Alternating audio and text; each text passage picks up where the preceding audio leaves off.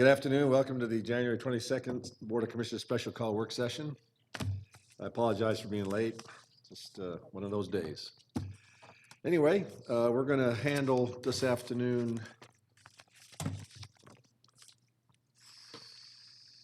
four tabs. And then tomorrow night, we'll start with tab 5. Okay? We have a lot on our plate this afternoon, so I ask you just to be patient as we get through this. We're going to get through all of them, though, before we adjourn this afternoon. So with that, first one is Mr. Wilgus and the managed lanes brief. Yes, sir. Thank you. We have Jill Goldberg with us from GDOT to present information and raise awareness of the Northwest Corridor Express lanes. Okay, thank you. Appreciate it. Good afternoon. Thank you for letting us be here today just to give you a quick update on what's going on with the express lanes that are under construction now and some new ones that we have going on. This map quickly shows you what the system will look like within the next 10 years. We're looking at adding express lanes along 285, up State Route 400, and down both sides of 285 to meet up with 20. That's in addition to the system on 75, on 85, and of course the Northwest Corridor.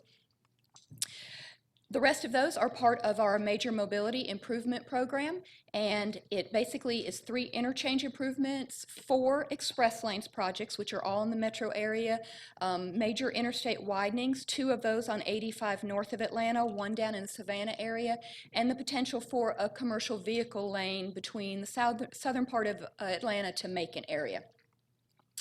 All of these express lanes add additional capacity. None of them are conversions, so they're all new build that are just providing more options for motorists to use when they are there.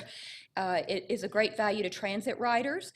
They can ride for free, just the regular price of their fare, and they get the advantage of the improved time as well as being able to catch up on work or personal things on their phone with free Wi-Fi, so it's a great option for people coming.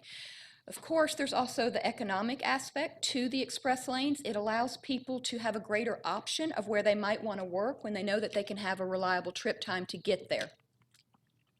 So Northwest Corridor is our state's first public-private partnership. It is the state's largest project at about $834 million.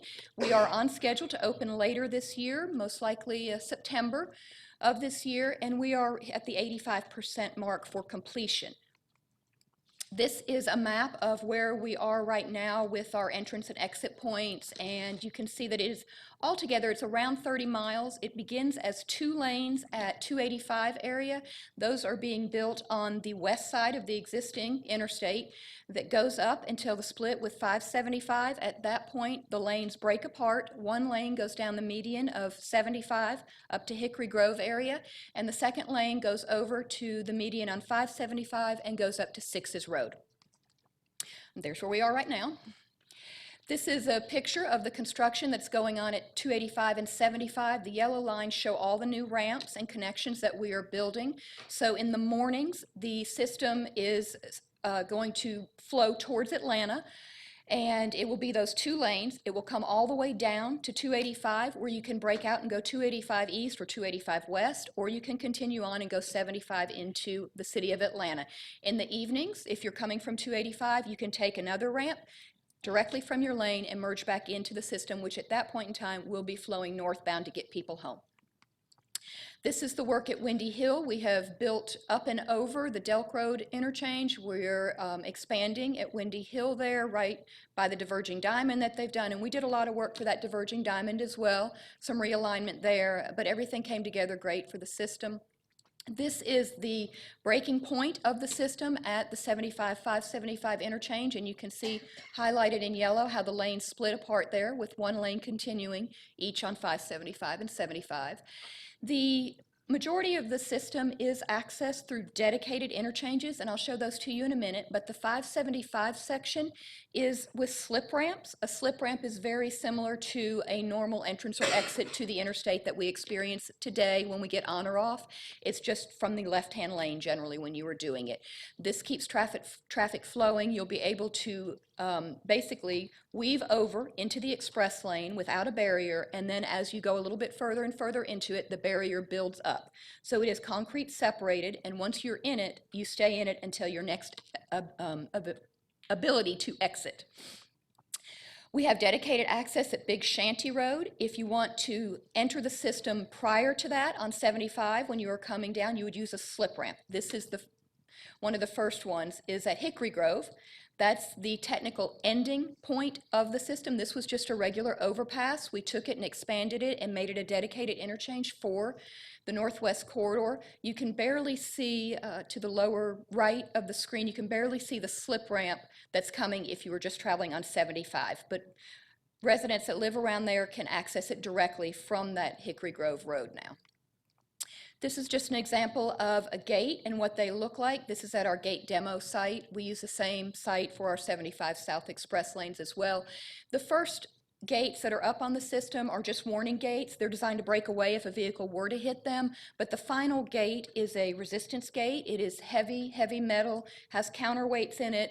The lightest one weighs about 1,800 pounds to give you some idea of how heavy that is, and it should be able to stop most vehicles. That's the gate that's perpendicular in this picture.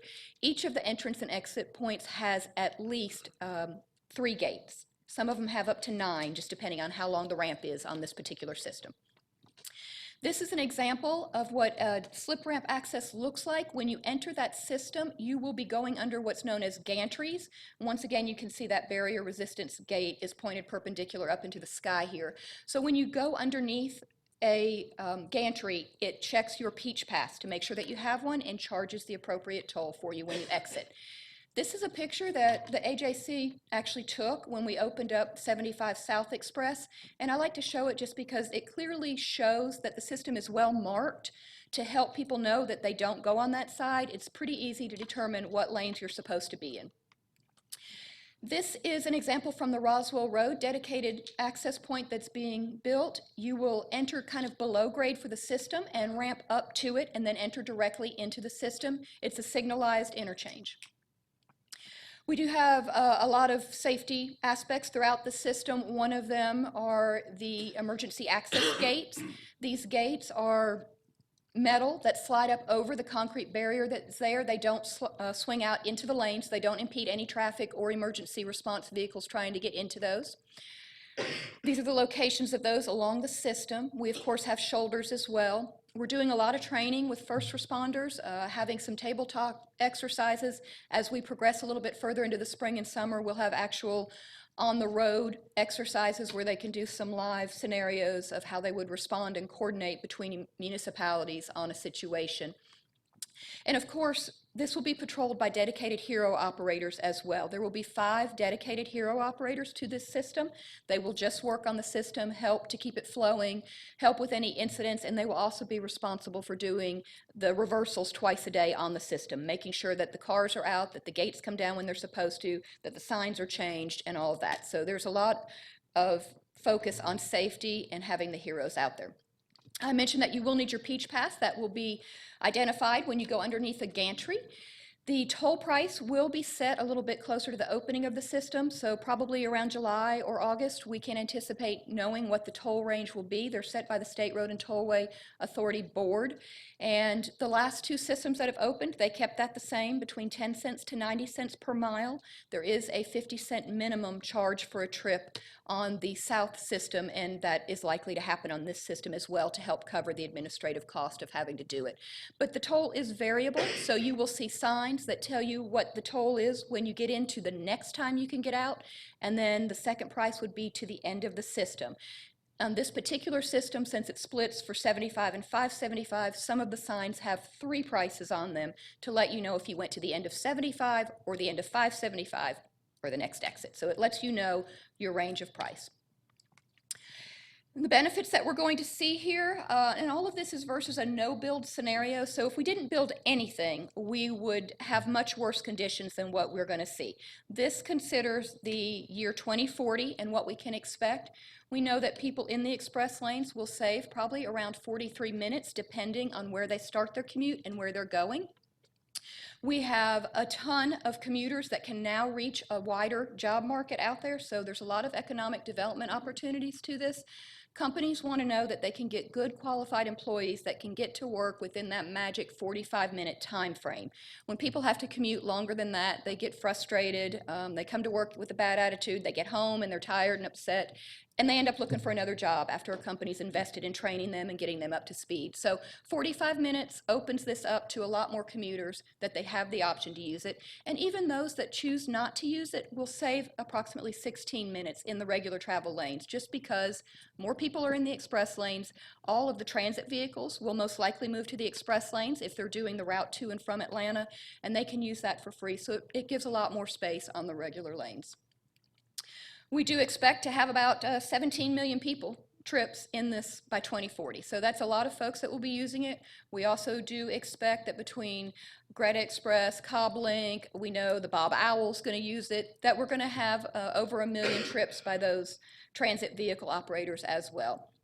And I can tell you that what we're seeing on 75 South is an average fare of about 54 cents. So it's a new system, and it's going to be a little bit similar here, probably not as slow to ramp up because you have a bigger population here. But on 85, which has been open for 6 years now, we do see that the average toll is around $3. Peak toll can reach $15 for approximately an hour at most. But the average toll is still only $3 or less. So on 75 South, which has now been open for a year, and these are November figures, I believe, it's 54 cents for your average toll. Peak period is in the dollar range. So it will take a while to ramp up, but that is what you can expect is a ramp up. The tolls will increase as more people use that. When there's higher demand, the toll goes up. When there's less demand, the toll goes down. And the one thing to really note on this, the express lanes are traveling at over 65 miles per hour on 75 South. So those people are seeing a benefit even for as low as 50 cents. They're getting a huge benefit in traffic. And here's a few more pictures just showing some of what's going on. We do have 39 bridges. This is a largely elevated project. So 36 are already complete. We're working on the final ones, and those are some of the biggest ones at 285 and 75, making those connections. Most of the retaining walls are done, and we're really moving along very quickly. We're working with our sister agency, the State Road and Tollway Authority, on getting the infrastructure put in for tolling, reading your Peach Pass, doing all of that kind of stuff. We have a lot of new video detection devices on here and cameras, so our people that work at the TMC will be able to see the entire system, and that's also used during the reversals. Here is some of the pouring and working on the 285-75 area. This is All Good Road. You can see that we were working even in December, cold weather and everything. This is some of the paving that's going on there at the biggest place, 75-285. We started that virtually at the beginning of the project in October 2014, and we're still working on that because it's so large and complex. Some sound barrier being put in.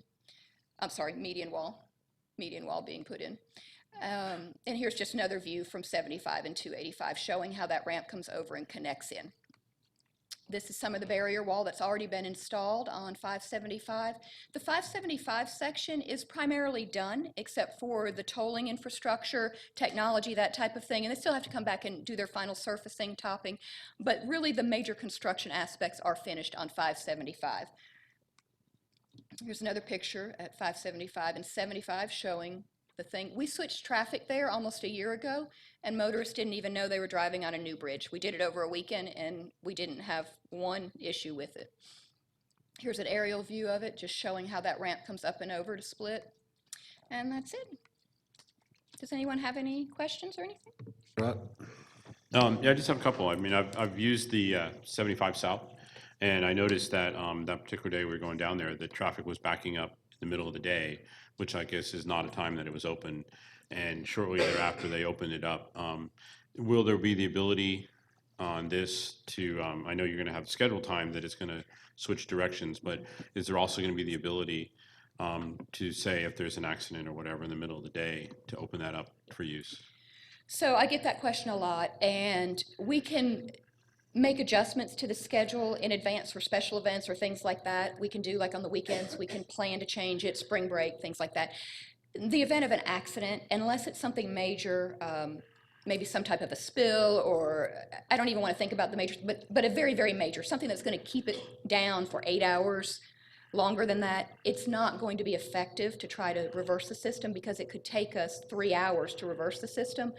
Under most incident cases, it would be cleared out before the 3-hour reversal. All right, and the second question is, in the mornings, coming down 75, the exit ramp to go on 285 East is typically backed up all the way up around the bridge up to 75, whereas westbound is not. And I realize that there's 2 lanes coming to where the junction is, and you can kind of see it here in this picture. Is it going to be signage and stuff that is going to get the people for 285 in like the right-hand lane of the 2 lanes versus the left-hand lane?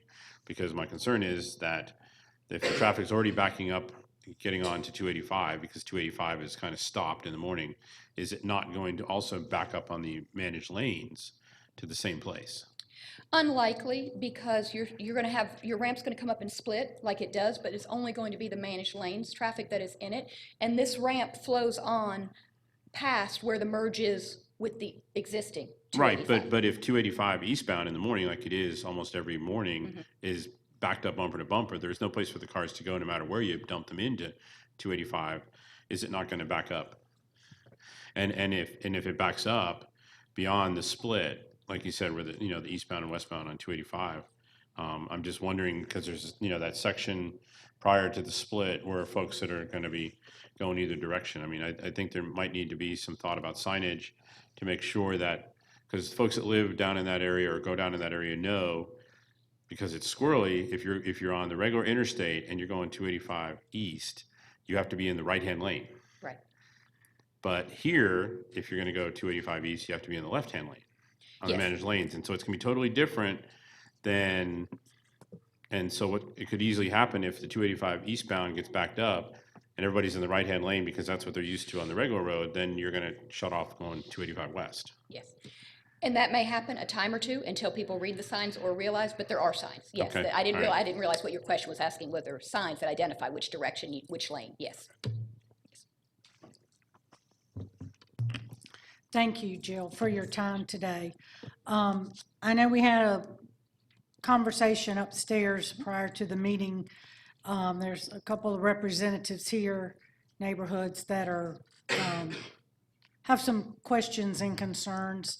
So I would just ask that you continue conversations with them and resolve the questions, and they have your contact information and you Yes, have and I got theirs. theirs. Yes, ma'am. Okay. We will certainly answer all their questions and make sure we follow up. Thank you. Mr. Rutherford. Sure, thank you. Just had a couple questions. One, you mentioned about the emergency gates or lanes. Kind of went a little fast for me there. To explain how that works. So the emergency access gates are designed to be able to respond to an incident in there that's more intense than a normal fender bender or something like that. So if it's in between 2 entry or exit points that are far apart, our first responders have the ability to open they have to open a box, put a code in, and get the gate to move, but it slides back over the existing concrete barrier that is there, so it doesn't swing like this. It just slides up and over, and then the emergency access vehicles can enter in there. Probably 90% of the time, a hero will already be on site and have it open waiting for them. There will be times where perhaps a police officer arrives first, they were close in the area or something, and they're able to arrive first. They can open it as well, and that's part of the training that they're getting. We show them how to Okay. open, and we'll So be it able to slides provide back that. like a rail on itself? Is that what Yes, you're saying? Oh, yes. okay. I couldn't figure out how that was. Yeah, it kind of lifts up. It's electronic and automatic. Once they push the code in, it'll lift up a little bit and it slides over, but it also has the ability, if there's any malfunction in that, there's a hand crank and they can do it manually. And how far is the 75 South Lane? How many miles is that? I believe it's 15 total, about So 285. the and it's- 75 North was about 20 miles, or is it? Maybe it's 10, 10 and 9. Yeah, No, it's about when 15. driving down there, it seemed like about half the. Yeah, distance it's we're around talking about. 15. So you said 17. the highest was $15 down there, so it could be 30 on our 75. Well, Yeah. If they set it the same as they have, the max is 90 cents per mile, so if you went I'm only 15 asking because I'm miles, at the very last exit and I want to get down to Gallery. Yeah. It's going to cost me $30, right? no, because you couldn't go 30 miles directly. 30 miles encompasses the 575 and 75 No, together. say so- yes, just Yeah. make his day. Yeah, yeah, right. Make him miserable. We just live to make him miserable. So, yeah, it's gonna cost you $30, Commissioner. You got a problem But with you that? decide if it's worth your, is that money worth your time savings? And you don't use it every day, maybe you use it when you have a meeting or you Oh, have no, I something. but- understand. And then, what do we do about people that get on it that don't have a peach pass? You mail them a invoice? I mean, I got one from Texas not too long ago. Yes, so- they will get a violation notice, and they will be asked to pay it. A lot of times, they'll have specials where if you don't have a Peach Pass account, when you contact them to make your payment, they'll offer you the opportunity to open an account, and they might waive it. But yes, you will get a violation notice. Those do have to be taken care of. They can compound into something that you don't want, like not getting your car registration and things like Well, I'm that. thinking more if somebody passes through that's out of town, decides to get on it. I mean, we have a way to bill them, I guess. They can get a violation. It's harder to catch all of them and to keep it up, but most people, they're familiar with express lanes. They know what that is. The majority of the US population lives where there are express lanes, so. I think one thing to point out about the Peach Pass too, and you can use the Peach Pass on Sun Pass in Yes. Florida and then South Carolina too, right? North Carolina, we're working on South Carolina, Texas and Oklahoma and Louisiana are the next ones. And then, of course, there's still the big nationwide directive to get everybody compatible. That date passed, but they extended it. It's a lot more complicated than just saying it. We have new technology, and so like SunPass has that, and North Carolina has it, but the Easy Pass is on an older technology. We didn't want to go with old technology, so it's getting all that together, but someday, everywhere. And I just want to make sure that, Ross, that you work with Jill to make sure we have plenty of opportunity for the commissioners and the newsletters to tell people when these are going to open. You know, the earlier we can tell them, the better. So, okay, thanks, Jill. Appreciate it. Thank you.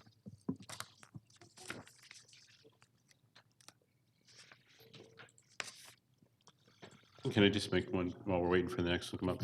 One of the things, and I just heard this morning that I think the CID has been looking to get the funding. Jim Wilgus, I think that Malika might have heard that she's real close to getting the remaining dollars for the Acres Mill ramp, which is basically an access point to the managed lanes. It was not part of the presentation. Oh, here we go, Jill's back. They are within about 6 million. I know she's got a trip to Washington. She's going after both a Tiger grant and an infra grant, so she's hopeful there. But she's about $6 million. Right, and what that'll do, that'll allow one more access point at Acres Mill. So, now, if you go Right. up Acres Mill, you can get off the HOV, and Right. then there's nothing to come down on the other side. And that'll allow Cumberland access to the managed lanes. Thank you. Okay. All right, Dane, it's all yours. Thank you, sir. Dana Johnson, Cobb County Community Development. I hope everyone is doing well today. We have 2 agenda items today.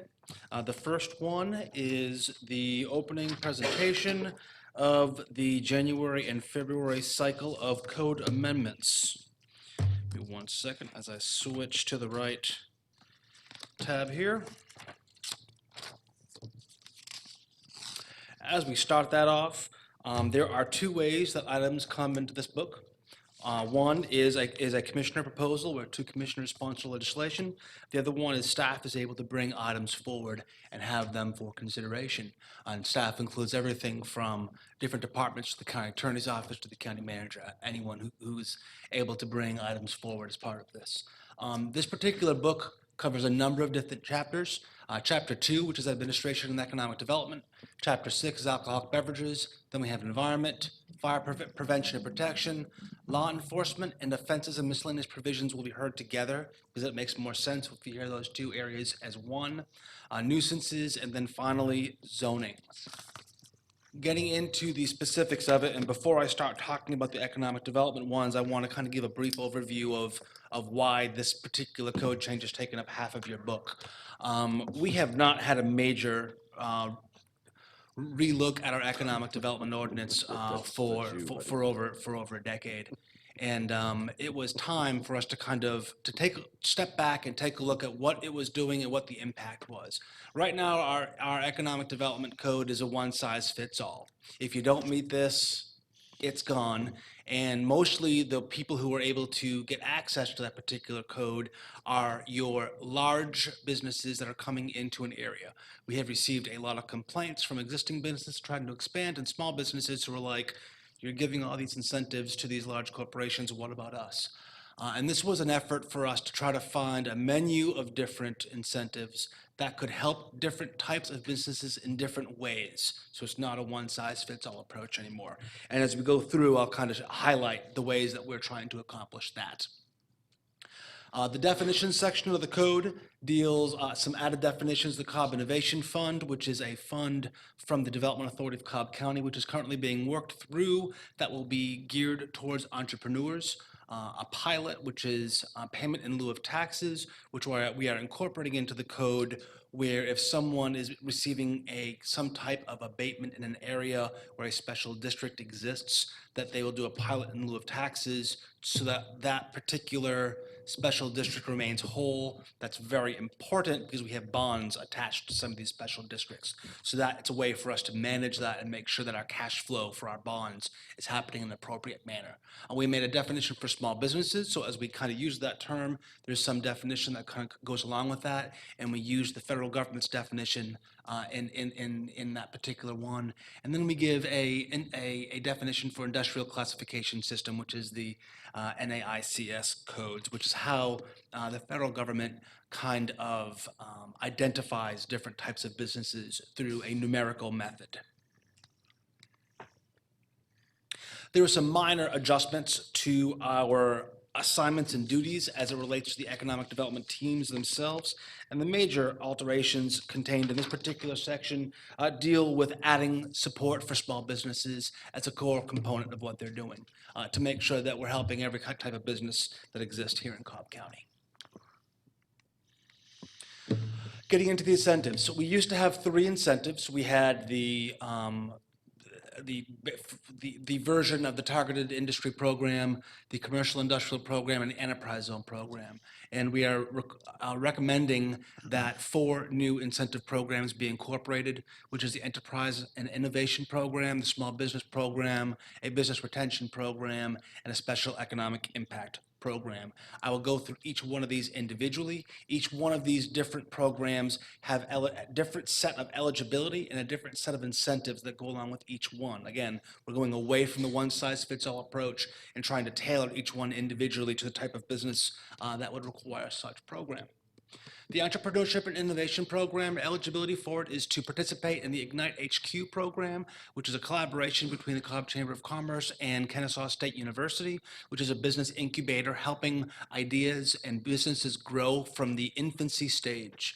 As well as we have a major economic development win this year in the Georgia Tech Research Institute, calling Cobb County home over the next couple of years. And we thought it would be smart if you had a spin-off technology which created a business off of GTR's research, that they would be eligible for an entrepreneurship and innovation program as well. Why we're doing this is we want these companies that are going to start and grow to stay in Cobb County. We want those jobs and investment here in our community, which is why we're creating something to help them with their initially getting off the ground. What type of incentives go along with this? They'd be able to apply for cash grants to the Cobb Innovation Fund. Again, this is a grant to the Development Authority of Cobb County. We have started the conversation with the Development Authority as far as creating this, and there's some positive feedback we received about that particular idea. We're also recommending a 50% reduction to the business license fees over a 2-year period, as well as a new service we're providing, which you'll see throughout the Economic Development Code packages, which is a business concierge service. This is something I'm really proud of, and I think is going to be a great use for all businesses in the county. Basically, when you're running a business, you know how to run your business. You don't know about permitting. You don't know about inspections. You don't know about licensing. The business concierge service is something that we're going to be able to utilize to help hold people's hands and get them through the different bureaucratic processes of the county to make it easier for them to get from idea to open for business, is the whole concept for it. And when you have a good idea, you see someone else do, you totally steal it. And I want to give props to our friends in the city of Powder Springs who have a very successful business concierge program, and we totally stole it from them, and we're happy to do so. The small business program, for the eligibility for this, you have to be located in the within the county, and you have to be up to date on state and local taxes. I have heard from the commissioners about some ideas on how we can improve upon that, and we'll be incorporating that into our next round of code amendments. But the different incentives that go along with this is obviously our concierge service, access to workforce training, helping out with market data and labor research, coordination with different other agencies and other information programs that we can point them towards their existing programs at, say, KSU or the Chamber or the Small Business Administration. We can kind of point people towards to help them learn how to grow their business. The Business Retention Program. For this one is all about a business that is existing and prospering in Cobb County and how to keep them here, how to make sure they're not poached by one of our neighboring jurisdictions to have them come over to their particular area. So for this particular incentive, you'd have to be in the county for 5 years. You would have to agree to remain in the county 3 years after the expiration of your incentive. Would have to be part of a business cluster, which is identified in the ordinance. You would have to not be under a current incentive program established by the county or the development authority, and you'd have to be up to date on your taxes. So what type of incentives will go along with this? This would be, again, the same as you heard before, the market data and research, coordination with agencies, workforce assistance, different types of grants and inducements through the Development Authority of Cobb County, flexible payments with your sewer development fees, as well as other types of assistance that could help them in their existing space and help them to continue to grow and prosper and be competitive. Your targeted business program is kind of most similar to what our existing incentives ordinance is like, with one caveat. We are adding a number of target industry clusters to be part of that. So we're not saying that, we're trying to make sure that we're being very thoughtful about the way we're doing incentives to make sure that it works with the different companies that we know are going to be growth sectors for us, as well as companies that we know have existing clusters of success here in the community. You'd have to, the other change between this particular ordinance and the one that is existing on the books right now is right now those next three criteria, the 25 jobs, the 1.25 times the salary, and the $25,000 of economic impact.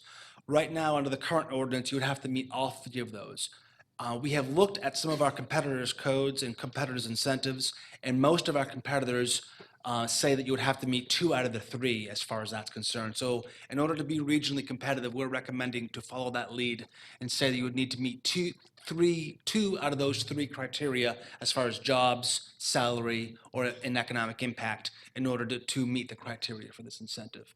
And the incentives for this particular ordinance are the same as they are existing on the books right now for Cobb County, with no changes currently proposed. So these are the same exact incentives that are existing in our ordinance now, except for the business concierge services, which we mentioned.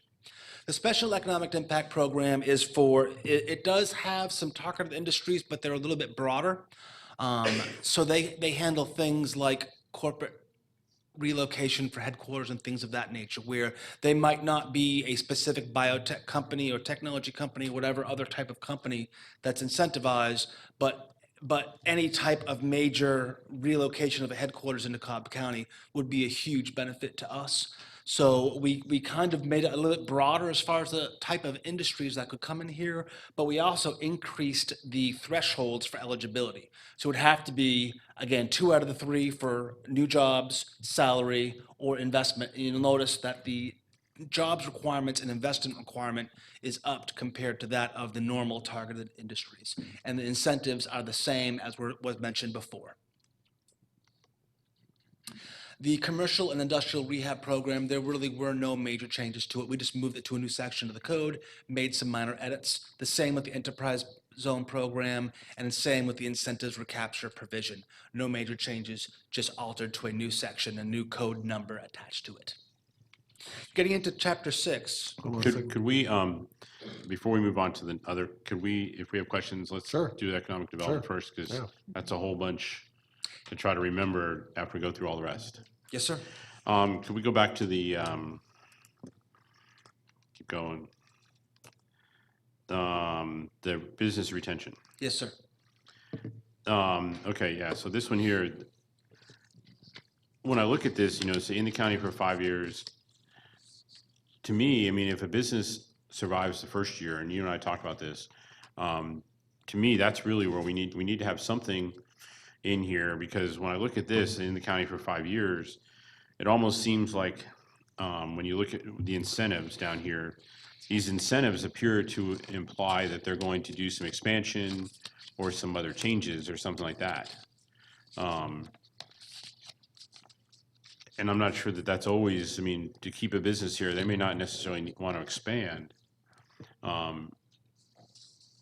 They just may be moving. And so I think that we need to kind of have something to look at those businesses that are like the 1-2 years, to help them stay open. Like, when you're doing the business concierge service, a lot of businesses don't make it past the first year, but then the ones that make it past the first year, it's that second and third year, I think that it would be important for us to be able, if we're going to try to retain them and keep them, providing jobs and things to the community, that there needs to be some way for them to have access to some of these things like the business concierge and stuff like that.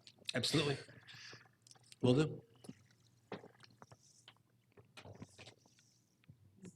So what number would you suggest, 2 years, 3 years? Well, we talked about this a little bit, and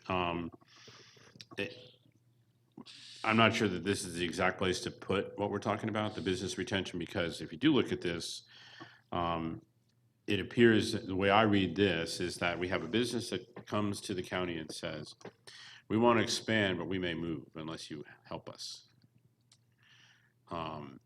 But what I hear from a lot of the small businesses around the county is that we have lots of stuff for people that want to expand, or lots of stuff for people that want to come into the county, but we don't have anybody that's anything for retention of just the basic business that's here doing stuff.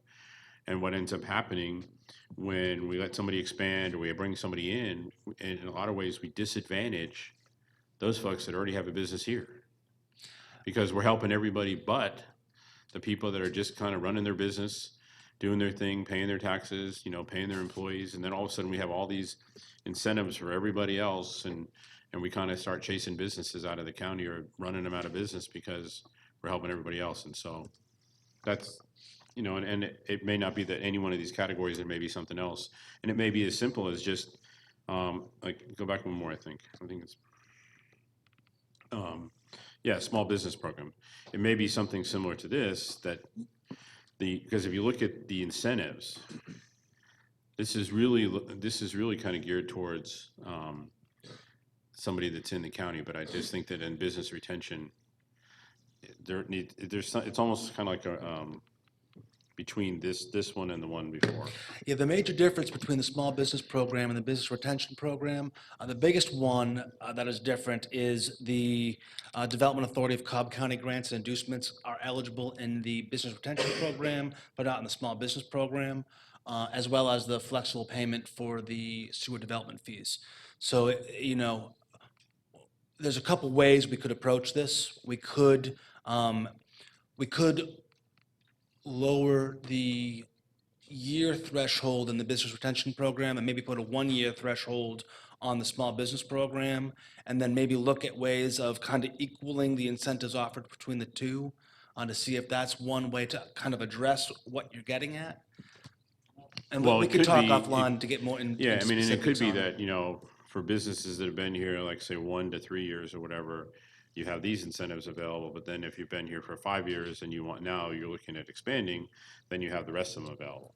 Okay, I see what Or you're saying. So something like that. create, within the retention program or within the small business, somewhere, create the threshold between the startup, the kind of Right, I fledgling, just- and then the, Because what I hear from a lot of folks, and when you go to the business associations, is that the small businesses feel like they're disadvantaged because unless you're somebody moving into the county, expanding or whatever, nobody wants to help you, but they want to help everybody else. Yep. And so what happens is they're put at a disadvantage almost right away by all these other programs. So why after 5 years, why wouldn't you just go to the Development Authority of Cobb County and ask for a bond a loan from them? right now, the Development Authority, because they kind of key off of our ordinance in some, and not in total, but they tend to try to mirror the county's rules as it relates to the incentives. So incorporating that into our code kind of gives them the green light that they're able to offer inducements for a wider range from what they have done in the past. So we're not telling them they have to do it again. They would be their own independent authority, but we're just giving them a green light that this would be something that the county would support if it were to make it where they're keeping a business in the county. And they're trying to be poached by another jurisdiction. Well, for one thing, it seems like you're tying my hands, because once you put something like that and they just come back with that same wording, that I feel like almost compelled to sign the support letter. Whereas if you leave that inside their own guidelines to develop, then we have the ability back and forth here to decide whether or not we want to agree with it. I don't understand why they would cue off us, because, we're competing with what they're doing here with this program. We've totally briefed the chamber and the staff with the development authority, so they're aware of what's in here, and we have received very positive feedback from them. They Okay. think that they think that the direction we're going is a They're not the positive ones one. signing the support letter, I am. Yes, sir. I understand. So, Understood. Yeah, I can just see it, yeah, you go, Chairman. For grants and inducements, they'd have to go through the development authority still. Yes, the development authority is the ultimate right here. deciding factor for everything that deals with the inducements from the development authority of Cobb County. Oh, I see, okay, I missed that part, Yeah. thank you. Yeah, And Commissioner that doesn't really change from what we have now. I mean, because there's permitting fees, sewer tap fees and all those things. Those are counties. Right. Inducements are development authority. And then there's certain ones that fall under the Board of Tax Assessors. And that's not changing. Correct, sir. Okay, Commissioner Weatherford? Sure. If you could go back to the small business one right there. Yes, sir.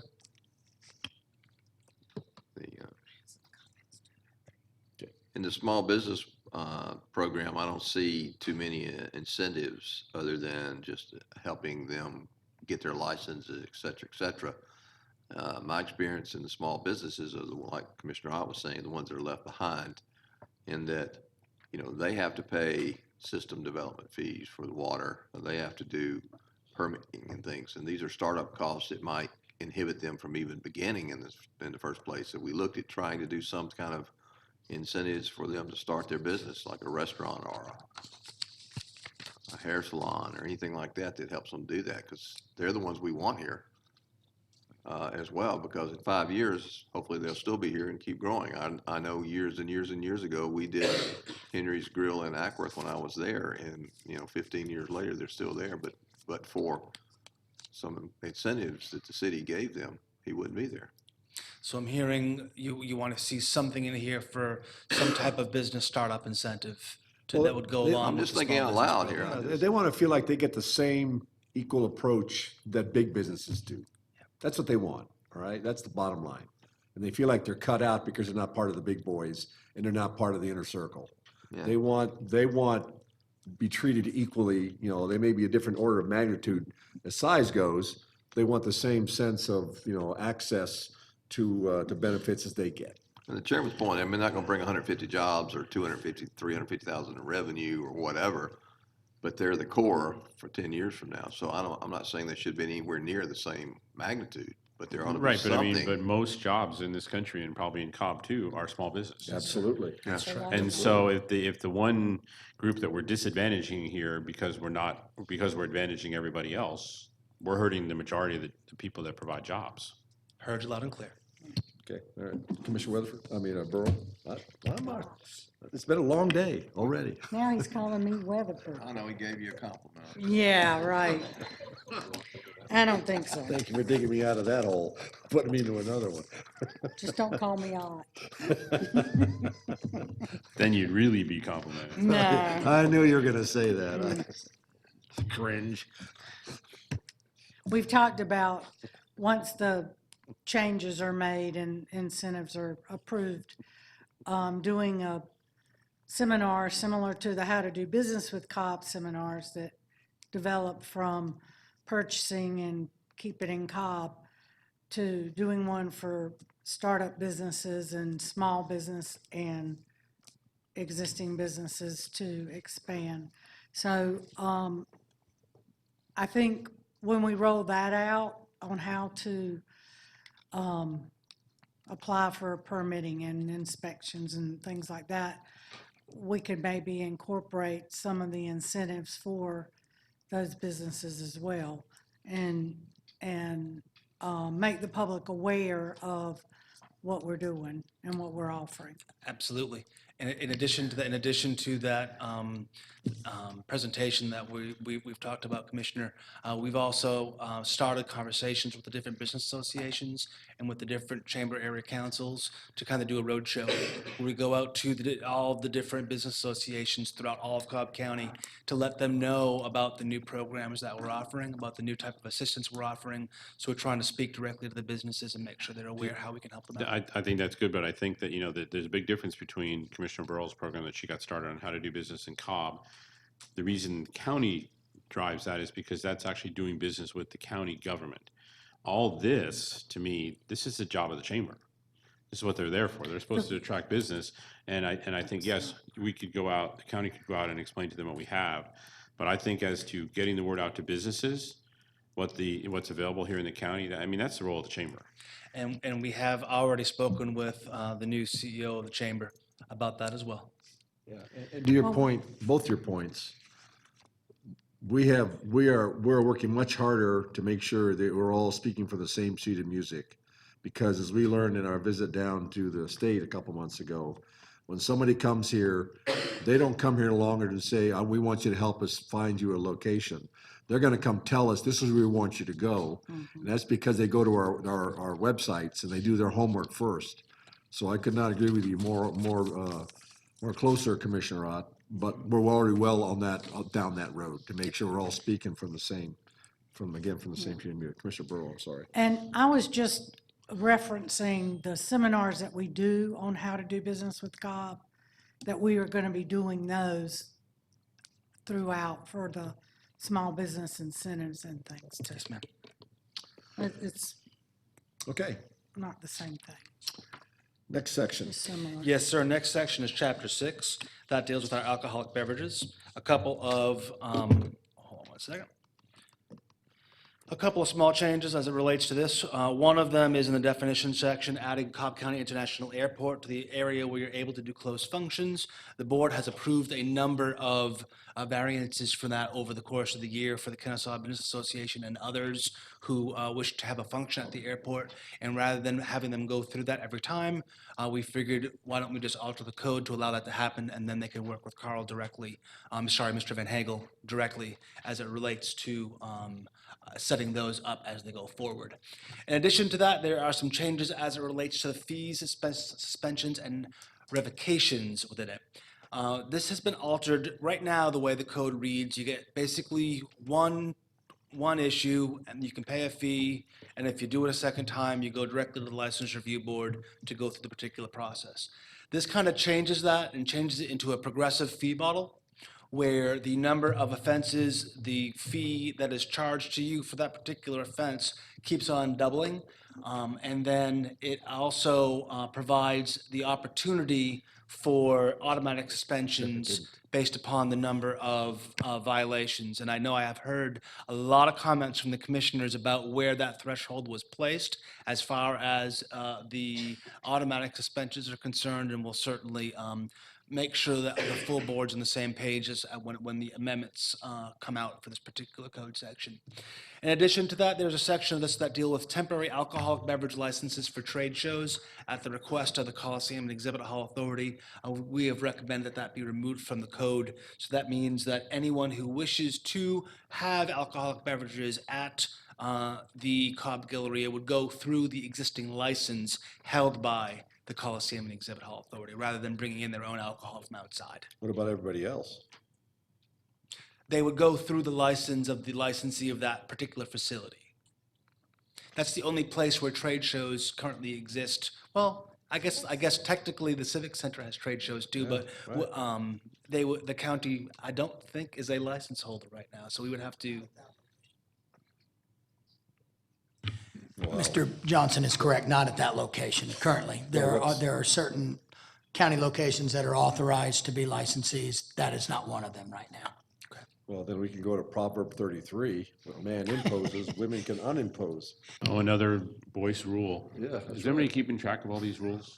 I'm still keeping up with CSI. Well, first of all, And your that- third offense says $3,000. It should be 6, right? The second offense should be 1,500. 1,500, okay. all right. Yeah, the first offense is 750, the second one is 1,500. Okay. The third one is 3,000, so I apologize for the typo in I the was just trying slide, to sir. get $6,000. And that will right get, off the and that will top. get adjusted, quickly. Okay. Dana, don't we have some other county facilities that are being added to, That'll be in the. later on? That'll be in the Okay, revisions, sir, all per the conversation.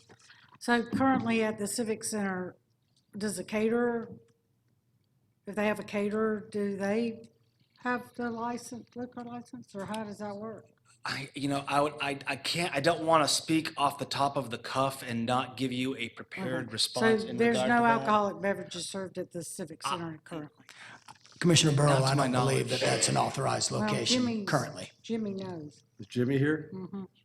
So, Well, there's two parts to the question. One is, there's not every park facility, that was where I was going with my question. right, Not every facility is authorized to have alcohol yeah, at it. like Jim But Miller then, Park. yes, but then once it's authorized at the facility, the second part of the question is, who has a license? Exactly. So the Civic Center is an authorized location, Right. and the alcohol comes in through a alcohol caterer who brings it. So they hold a license in the county at another location, and they're able to bring the alcohol into the facility through the county and state rules as it relates to alcohol catering. Same way with Jim Miller Park? Same thing, right? And it's a closed event only, not open to the public. All right. Okay. I have one. other Sure, go question. ahead, yeah, go ahead. On these first, second, third, and fourth offenses, where's the limit for revoking the license? Yeah. I mean. That is one of the Do they get items- up to 4 offenses within a year before we consider? That's part of what I've heard from the board about what your displeasure is in regard to it, and we're gonna be working on that between version 1 and version 2 of this code package. So is our next plan here to change the baseball rule of 4 strikes and you're out? Is that the plan, or? 4? How about 3? How about 2?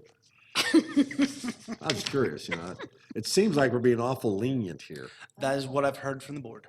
All right, okay, all right. Okay. I think we've. Go ahead. I think one of the issues we discussed is there's some entities that have multiple locations but one license, i.e. a grocery store or something like that. So if they could conceivably have 4 or more, Yeah, good point. and Right, that way and- you and didn't want to that's- revoke Kroger's license. Yeah, That's good part of the example is Publix and reason- Kroger have Each one one needs license to over be- the whole county for all of their stores. So Right, that and would the- put them at a disadvantage in that regard. I get it. And I think the discussion that I know Dana and I've had to this is that the pulling of the license really comes down to the number of offenses in a certain period of time. Because technically, the way it's written right now, if you had an offense this year, and then you had an offense next year, that would be your second offense next year. Because we don't have the time, and so I think that what we'll probably see in the discussion that I know that we've been having is that the number of offenses will be kind of put into a time frame bucket as to then when you get to the automatic suspension and things like that. The idea being that the penalty is, if you have the first offense and you don't do anything about it, you have another one, we're going to start cracking down.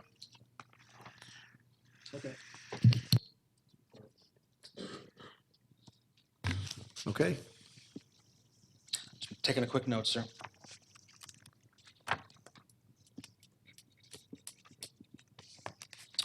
All right. We need to add language with multiple locations, say, Yes, ma'am. Getting into the next one, and this one will probably change based upon our conversation this morning. This is Chapter 50, which is Environment, dealing with the noise ordinance. This one deals with consumer fireworks deemed as a prohibited noise. It's not currently in the ordinance, and this is a recommendation based upon existing state law. Based upon our morning conversation, this will probably be amended to align it with construction noise and which will provide that 9 p.m. evening cutoff time for for dates that are not identified as exemption dates under state law. Or construction noises that sound like fireworks, Yes, sir. the new acronym we're gonna have. If you ever heard one of those pulverizing machines happen and hit a piece of granite, you might think it might be. I'd like to outlaw fireworks, period. Chapter 54 is. Oh, wait a minute, is David here? No, it's not. David's not here? How is this possible? Mr. Birkenbei's not here. He'll be here tomorrow. Chapter 54 is the Fire Protection Prevention Ordinance, and this is restrictions dealing with medical burn ban. What this particular code would do is if you are a residence or business within a medical burn ban area, there are two restrictions that would occur that would go along with this. You would be outlawed from burning outdoors in a chimney, fire bowl, or outdoor fireplace, and the fire department would not do practice burns on any structure if they are within a medical burn ban. Mr. Chairman, let me just say something about this, because Commissioner Cupid, she was her second. She's not here. Obviously, you don't even have to look real hard that there's a lot of issues with this. This basically was put in here to have the discussion.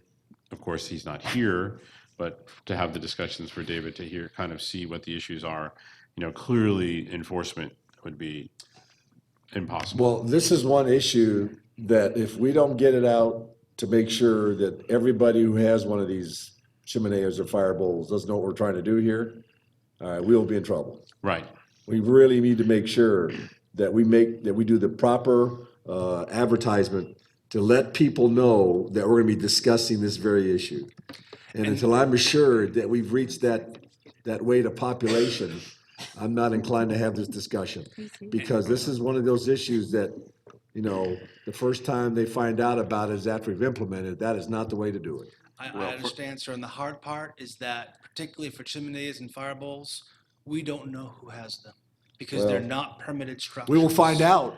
Well, they're Well, already and like I said- authorized to burn clean wood in a medical burn ban according to our code. Yes, that is correct. Correct. And like I said, So, since they're already authorized to do that, we're trying to impose additional restrictions on someone that may have built something that looks like this, burning clean wood in a medical burn ban when everything that we've heard doesn't have any implications as far as the burn ban. It's garbage. So they would be rubbish. grandfathered in. We would have to know about them. They're not gonna be if grandfathered in we 'cause were I'm not to be gonna support it grandfathered. anyway. Well, and like I said, just so Dana can move on. This was because we told David that we would Understand. have the discussion, and the only way to really have the discussion is to put down in writing what it would look like to do what he was asking us to do. And this is about the fourth or fifth rendition of this, because when you put it down in writing, it starts just Well, showing you where the at a problems minimum, are. every HOA in Cobb County better know about this, We can do that, sir. all right? Yes, sir. And this is like 5-star, let your people know so that we can, because I know there's no way that this is not gonna have an immense amount of public's attention. We will make sure that happens, sir. I was gonna say, I understand the part the fire department practice burn, that shouldn't be an issue, but the chimeneas and fire bowls, particularly like the commissioner said, they've already built them. All right, so, here they are, they followed the law, and then all of a sudden we're gonna retroactively say, nice try. That doesn't work. It's not the way we do business around here. Okay, thanks. Yes, sir. Chapter 7086, these are recommendations that came from the Solicitor's Office with assistance from the County Attorney's Office, and these deal with law enforcement and offenses and miscellaneous provisions. Basically, this would provide the sheriffs and the police department the ability to enforce custodial arrest on specific violations at athletic and special events, as well as dealing with individuals who are determined to be publicly intoxicated. And, Mr. Chairman, just to let you know, Latonia Hines from from Barry's office, has been involved with the stadium from the day it's opened, and these specific code enforcements come from what, the county and her office have seen this first year.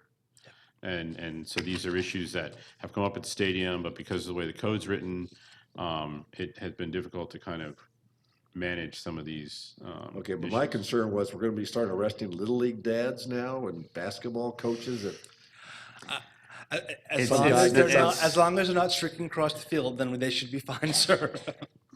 To answer your question, no. okay, all right, that's what I saw when I saw this. Well, no, it's really kind of, like I said, it's, without it saying the stadium, but the athletic and special events, it's really kind of geared towards issues, because as you know, every other month I meet with, the police over there and then the general managers, and these are issues that have come up that Okay, we need to kind of help address, be ongoing more- issues at the stadium. like professional athletic events, but, and not to say I discriminate, Little League moms too, all right? I mean, I've known them to come out of the stands. Right, but that, just so you know where the general basis of where it's coming from. Okay, all right.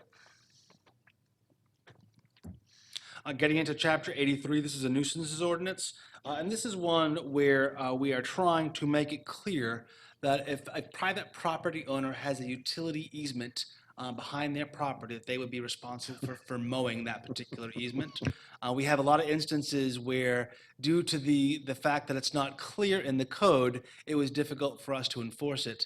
And this kind of makes sure it's clear that the private property owner is responsible for it. Utilities are still exempt, but their easements, if they're on private property, are not. And Mr. Chairman, this came from some, specific locations, but particularly in East Cobb, where you have utility easements where every so often the utility company comes through and they do their cutting, where they chop all the trees.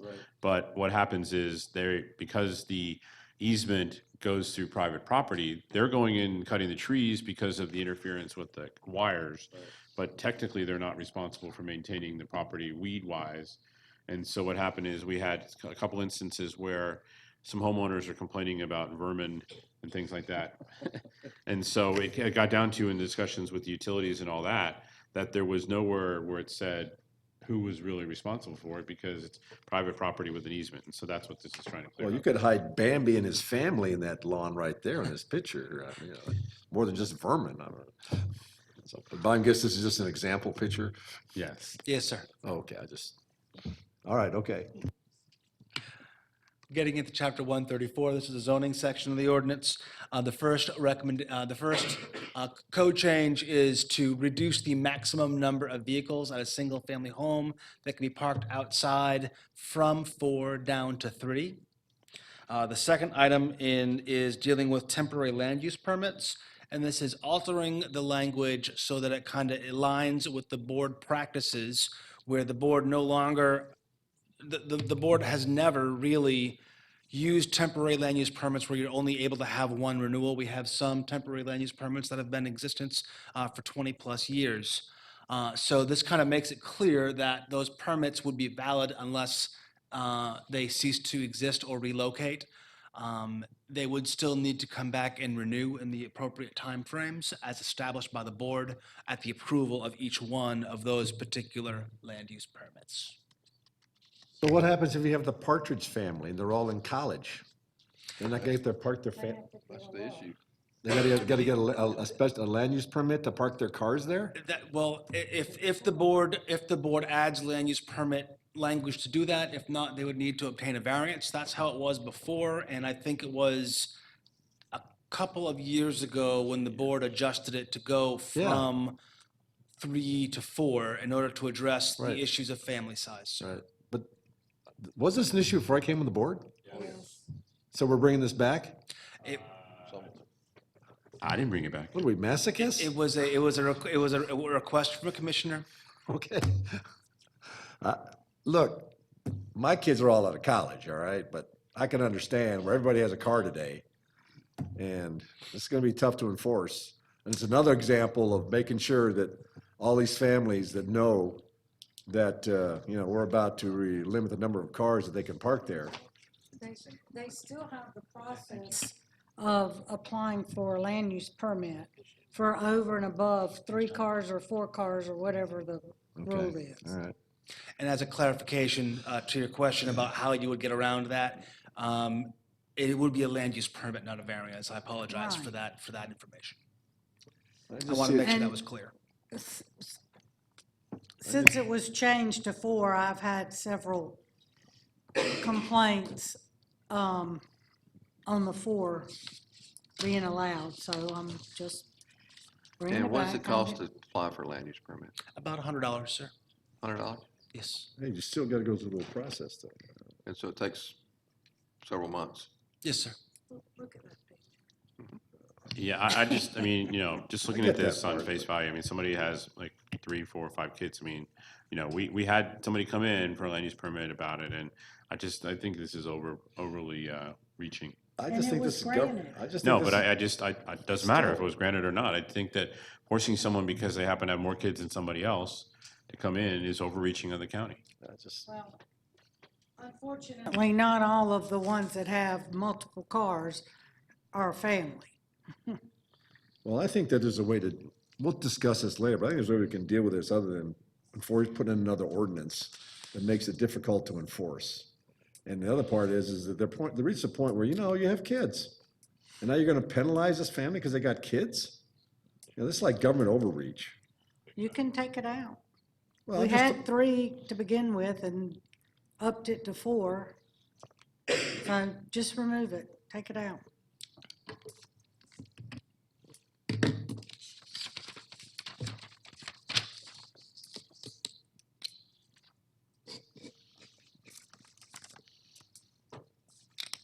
The next item, sir,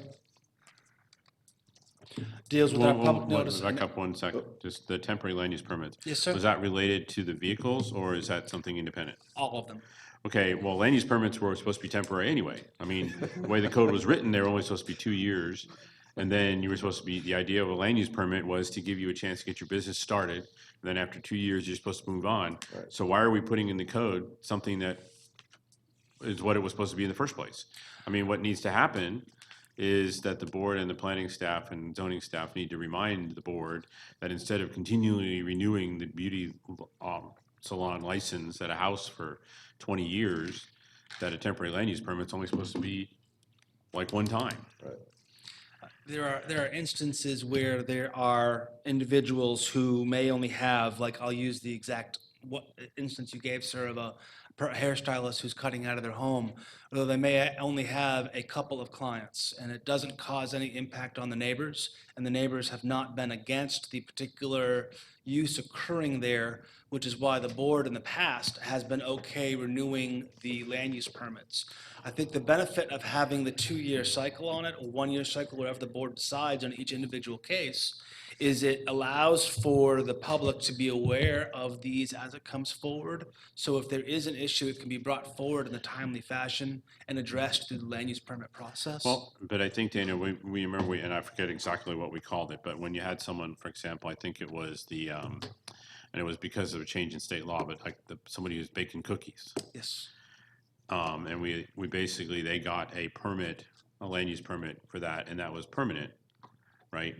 I think that instead of writing the obvious that was already in the code with the land use permit, I think that maybe what needs to happen is we identify certain businesses, like you said, like the hair salon with one, and that instead of coming in for a land use permit and continuing to renew it, that they be given an opportunity that, for example, if want to open a hair salon and I'm only going to have 1 chair and I'm only going to have X number of customers, that you can apply for the other one similar to the cookie one.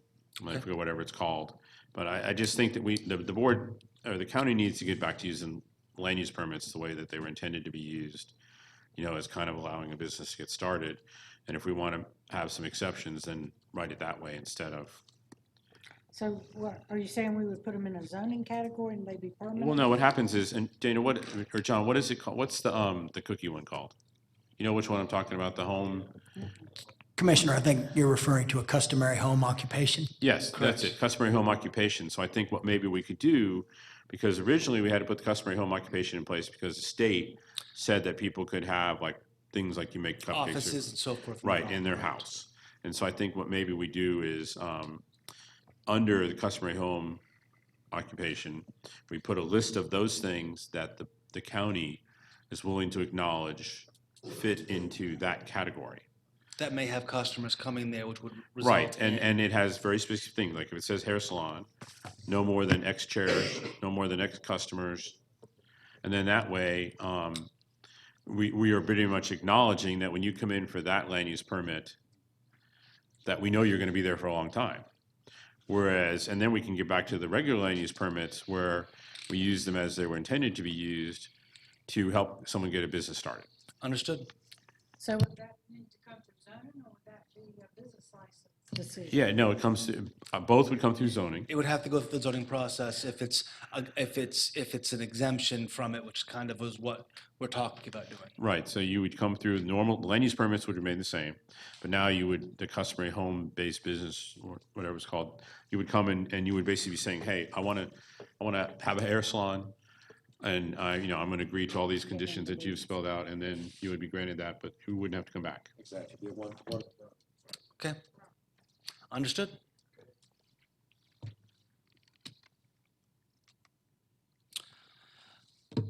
Under section 134, 121 is the public notice and advertising of the hearings. This was not in the code before.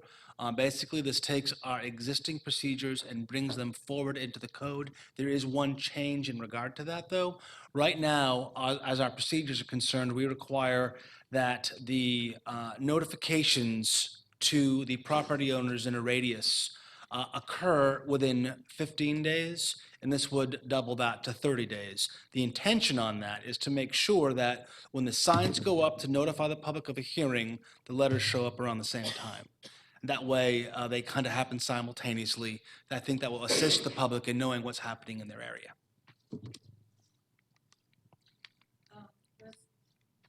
Does that apply to variances too for BCA? Or just for zoning? This would be just for rezonings, ma'am. And rezonings meaning other business items also? Or is other business items remain? Because other business is 2 weeks, right? Yes, And that would stay 2 weeks? yes.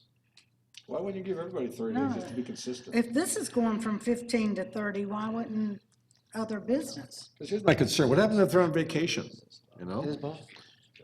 Yeah, so basically, anything that comes in front of the planning commission or the commissioners as a zoning hearing day should be 30 days. Yeah, I agree. Actually, this is written in a manner where all pending applications, so that would include your special land use permit, your other business, all land use permits, all of that would be considered under this. I just want to make sure I was giving you accurate information. So then that changes the filing deadline because other business filing deadline is 2 weeks prior. Yeah. So is that a code item or a policy item? It's 35 days prior right now. Okay. So we're good. Okay. I just think out of matter of consistency and also, again, people do things. They leave town for a week and you have a week there to scramble. And that's not business days, that's just 30 days, right? Yes. Yeah, so. 134, 198.3 is a request from a commissioner to create a new type of ordinance that deals with clusters of housing. Basically, what this is the creation of a recreational space community overlay district. This is extremely similar to our existing open space community ordinance, but the difference is that it would allow for active recreation to be used in the open space rather than just leaving it as passive recreation or green space. So that is the major difference between the two.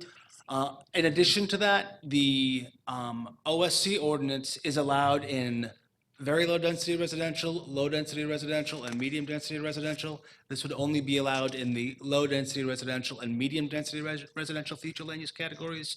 And the only 3 zoning codes where it could be overlaid upon would be the R30, R20, and R15 zoning districts. Other than that, primarily the same existing rules that exist for the open space community are in existence with this recreational space community. Can you give us an example of that, what that might be? It could be anything from ball fields to a playground to a community center to things of that nature. Because right now, you're not able to do any land disturbance activities in any areas that are designated as open space in an OSC. This would allow for some land disturbing activities as long as they are recreational based. Well, we've had OSCs in the past where they had, that's where the amenities were in some of the Usually the floodplains. amenities will be on on an out parcel not counted towards the open space. They'll usually have their That's open what I space thought, yeah. area, Can't they'll have build their it on amenity open package, and then they'll have their clusters of zoning, sir. This would allow for that to happen within the open space. This And would be- allow it to happen within And the be open included in the space. calculation. Yes, sir.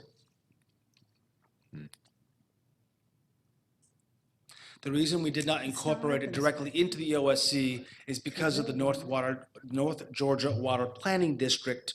They have some rules and regulations where I think if we were to do that within our OSC category, it would put us in a difficult spot for the water systems as it relates to getting their permits. So we didn't want to put them in a precarious position. So we created a separate ordinance in order to address this.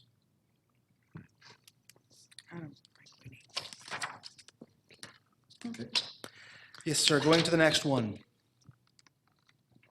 Neighborhood retail commercial. This is in section 134-213. And primarily what is happening here is a number of uses are being stricken from the neighborhood retail commercial zoning category. The majority of the uses are automotive-oriented uses. There are some other ones that are incorporated also, but the majority of them are the automotive uses. This also is updating some of the lighting requirements to make sure that environmentally sensitive lighting is being incorporated. And it's also removing the special exemptions out of the NRC code and just making a direct reference to where those are listed in other sections of the code. And then lastly, Mr. Chairman, is there was a zoning case where we had not fixed the entire zoning ordinance as it related to the size of convenience stores. We thought we had taken care of in all the codes, and we made sure we fixed that for this one too. Okay. Lastly, sorry, it's not last, there's one more slide after this. This one deals a couple minor changes. One of them deals with lot size and road frontage variances. Rather than going to the Board of Zoning Appeals and then to confirmation to the Board of Commissioners, this change would make it where they just come directly to the Board of Commissioners through another business agenda item for approval. That'll make it easier for the end user and take out some of the bureaucracy. We're adding some additional parking requirements for purpose-built student housing. This is based upon an existing development that happened that was underparked, and it was difficult to address, and the owners of this had to actually go and find more parking due to a number of very angry parents. So we're making sure this doesn't happen again through a code change as it relates to that. The reason, Chairman, so you understand, purpose-built student housing is developed as a multifamily development. Parking is based upon units. Right. There's a big difference between the number of people in a unit in a regular multifamily development and the number of people living in a unit in a purpose-built student housing because of the pod concept. Because if you have a shared living room and 3 or 4 bedrooms coming off of it, Yeah, but you that know is a how many much peop- different you know how many- scenario. You know how many people are gonna live in there, so why wouldn't you design your parking lot to accommodate all the people that are gonna live in there? Because we can only enforce the codes that are contained in the county ordinance, and that's why this issue came up. Well, yeah, but you know, if you know that you're purposely underbuilding parking, you're gonna vote for that? It's not, The answer is, I guess, is yes. We don't know the exact parking ratio when we're approving a lot of zonings, because that's something that's usually handled during the development standards, and we're using our code to determine what the minimum parking requirements Wait a minute, are. if I have a student house that has 600 rooms in it, all right? I know I'm gonna need 600 parking places. Probably more than that, because Okay. you're going to have people who are going to be coming and visiting these students, so you actually need more than that. And this came in because there was only one definition for parking for multifamily, which was based upon the more traditional apartment model. So since this is a new type of building, which we have not dealt with in the past, our codes had not adjusted to meet this new type of need, which is why we're coming back and fixing it now. This sounds like we're gonna create a whole standard because we had one screw up. That's what I'm hearing. But if we do not fix it, the next person that comes forward, we're not going to be able to mandate the minimum parking because we don't have a standard to require them to go towards. I hear you. Why can't that go in the development standards? Exactly. Because I think parking minimums are contained in the code themselves. Well, then we can move it to the development standards. We could remove all of them to development standards, yes, sir. Well, Well, there you are. why Let's don't we do that. I mean, if you're not going to consider it till the development standards, Yeah, exactly. then put them in the development standards. Right. A little late And to then do it. you have all the authority you need, and you don't have to come to us. We don't have to worry about it because we approve a project. We know that you're going to make sure they have enough parking. Yeah, just move it all the parking requirements to development standards. So I know you probably need a code change for that, right? Technically too, though, We will, sir. in an apartment complex, a 3-bedroom apartment complex, you could have 3 people unrelated that have all 3 Or have more. a You could have 2 car. people living in each. Don't go Well, there. I'm just saying, this wouldn't be really any different than student housing that has 3 bedrooms or 4 bedrooms. There is a very a large shared difference living between room. purpose-built student housing and traditional Right, apartment. but I do think the Because they're development all standards students, is the not right place bad. for it to be. Understood, Yeah. sir. I am not piling on students today, all right?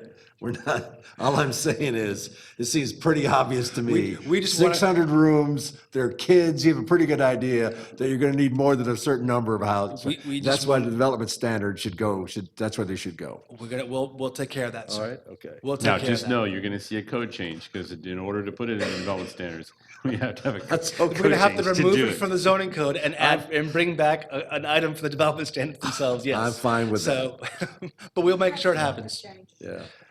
In addition to that, there is some minor revisions as it relates to escorts for moving buildings. This is at the request of public safety. And the last code deals with workforce housing.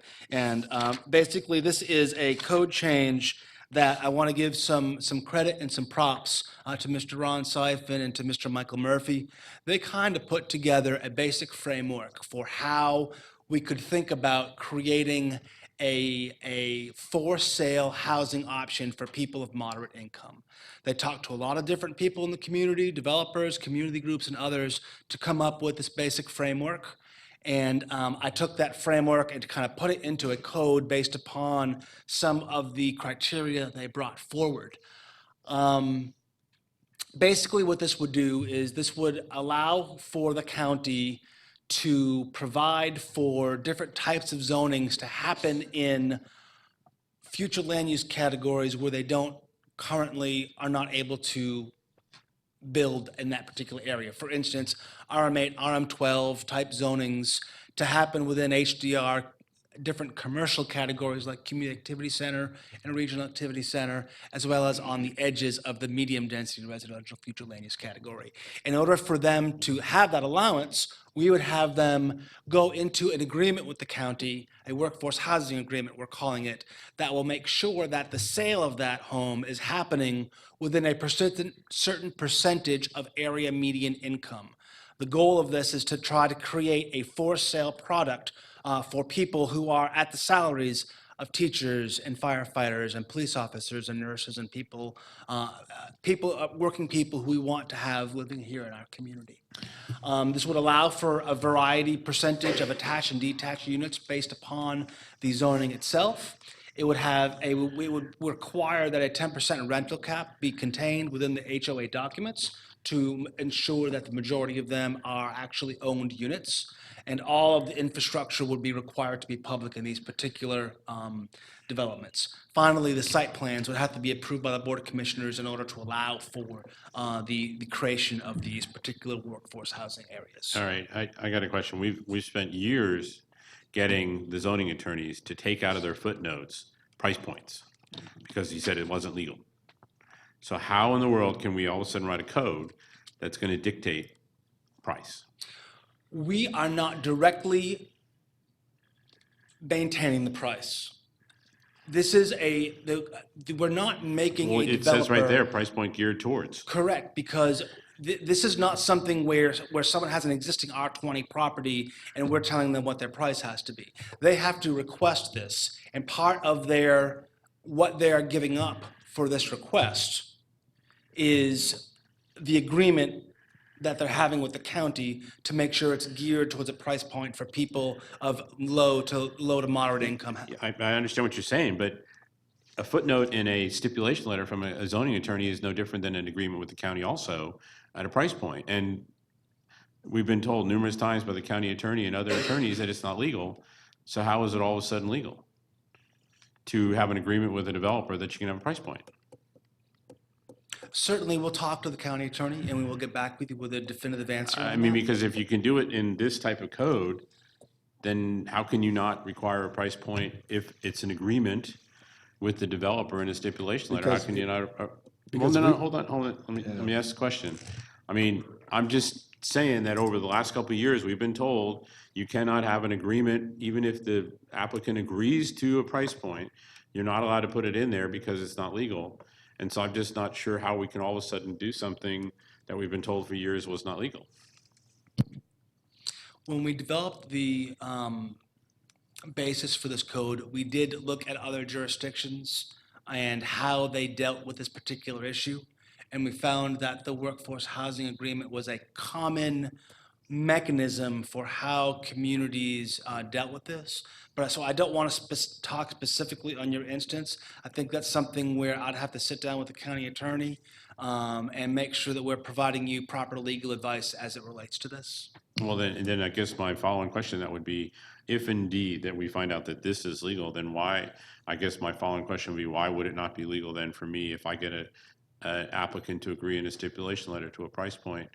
I should be able to say, we have an agreement that you're going to have this price point. I mean, if you can do it in the affordable, the workforce housing type development, then it would seem that we could do it anywhere. So when you have the discussion, I think we need to look at it from the standpoint, if it's determined that it's legal to have a price point here, why would it not be legal? Well, I agree, and we just simply take that out, because the next line takes care of it. Developers entered a workforce housing agreement with the county, all right? And they decide the situation and the stipulations and conditions for that agreement. We're gonna have to go find people that are gonna wanna do this. But we've been kicking this can around for years, decades. Enough is enough. We got police officers, we got teachers, we got nurses, we got all kinds of people who are trying to let's stay here, and we haven't done anything to help these people out, except talk about it. So we take out that line, and then we have to go find people that are willing to work with us, all right? And I know there are people out there, because I've already spoken to them, that are willing to do things like this, all right? So I get your point, I agree with it. But we can't legalize this thing into oblivion again. We can't. You know, we're sitting here trying to keep our quality people, and we're taking everybody except for our workforce here in this county. And we got to find a way to work this. This is a going-in position. It's a proposal, and I really commend Ron and Mike for doing this. We can adapt it to finally meet the legal requirements, but we have to start putting some roots into this thing called workforce housing. And I'm not questioning, I understand what you're trying to do. I'm just saying that it's got to be legal. I get that part. We're going to do that. So we'll take So- out that line about the 6 to 120%. Take that out. All right? We can certainly do that, Chairman, but the challenge would be that we would no longer have any mechanism to ensure that it's actually being used towards workforce Yes, we do. housing. Yes, we do. We have people in this world who are willing to do this. We just have to find them based on these conditions. I know that because I've had people in my office that their parents have done it or they're willing to do it, all right? We just have to give them the encouragement that if they come to us with this guideline, that we've met the legal guidelines, they're not gonna have to go through 10,000 hoops to do this housing. In other words, there are people in this county who are willing to do this because they don't care about the money. They care about the humanistic side of what it is to be people in this world. But the difference to me is that if you take that out, then what is our development agreement with them? They get more density. Maybe. And the I mean, answer, that's the what, answer that's may what it is. simply They get more be, density, but we don't have any requirements that they have to sell to a certain medium income. This is not low-income housing, this is medium-income Right, housing. and the answer may simply Workforce be that the developer or the applicant that wants to put in a stipulation letter that they're gonna be building houses to a certain price point, that may, we may determine that that's a legal Right. stipulation. If a If it is, well, then there isn't a problem. Right. If it isn't legal, well, then, and that's all I'm pointing out is that we've been told for the last couple of Right. years that it isn't legal. And I agree with Commissioner Weatherford, if you do take that out, there are no guarantees, Just density. right? Well, but the issue though is that we don't want to be the ones setting the price point. But if some developer comes to me and says, I want to build prices to this price point. Right, no, but What is- that's exactly what we've been told we could not agree to. Several times. Because what would happen, certain zoning attorneys would have a footnote, and it would say, price point, and we were told we had to take it out. If some developer wants to build a house for $10,000, we're telling them that they can't build that house here? We If they put that in the can't stipulate, stipulations? we can't, what we've been told is that legally, you Bravo. can't stipulate a price point that a property will be sold at. Because the market changes. But they put the stipulation in there. We I didn't. know, I hear what you're saying, and it was never was a stipulation that a board member forced on an applicant. It was always in a stipulation letter submitted by the applicant with a footnote that said price points will be, and we were told we had to take the footnote out. All right, okay. But I And still that's, think, that's all I'm saying is, I mean, I understand where you're trying to go. even if it involves greater density, I'm willing to put that out there. We have to quit talking about this. All right? That's the bottom line. If we can build student housing where you're gonna only have 600 parking spaces for 900 kids, we can find a way to put our policemen, teachers, and nurses and service workers here in this county. We can find a way to do that. And if that means higher density, then so be it.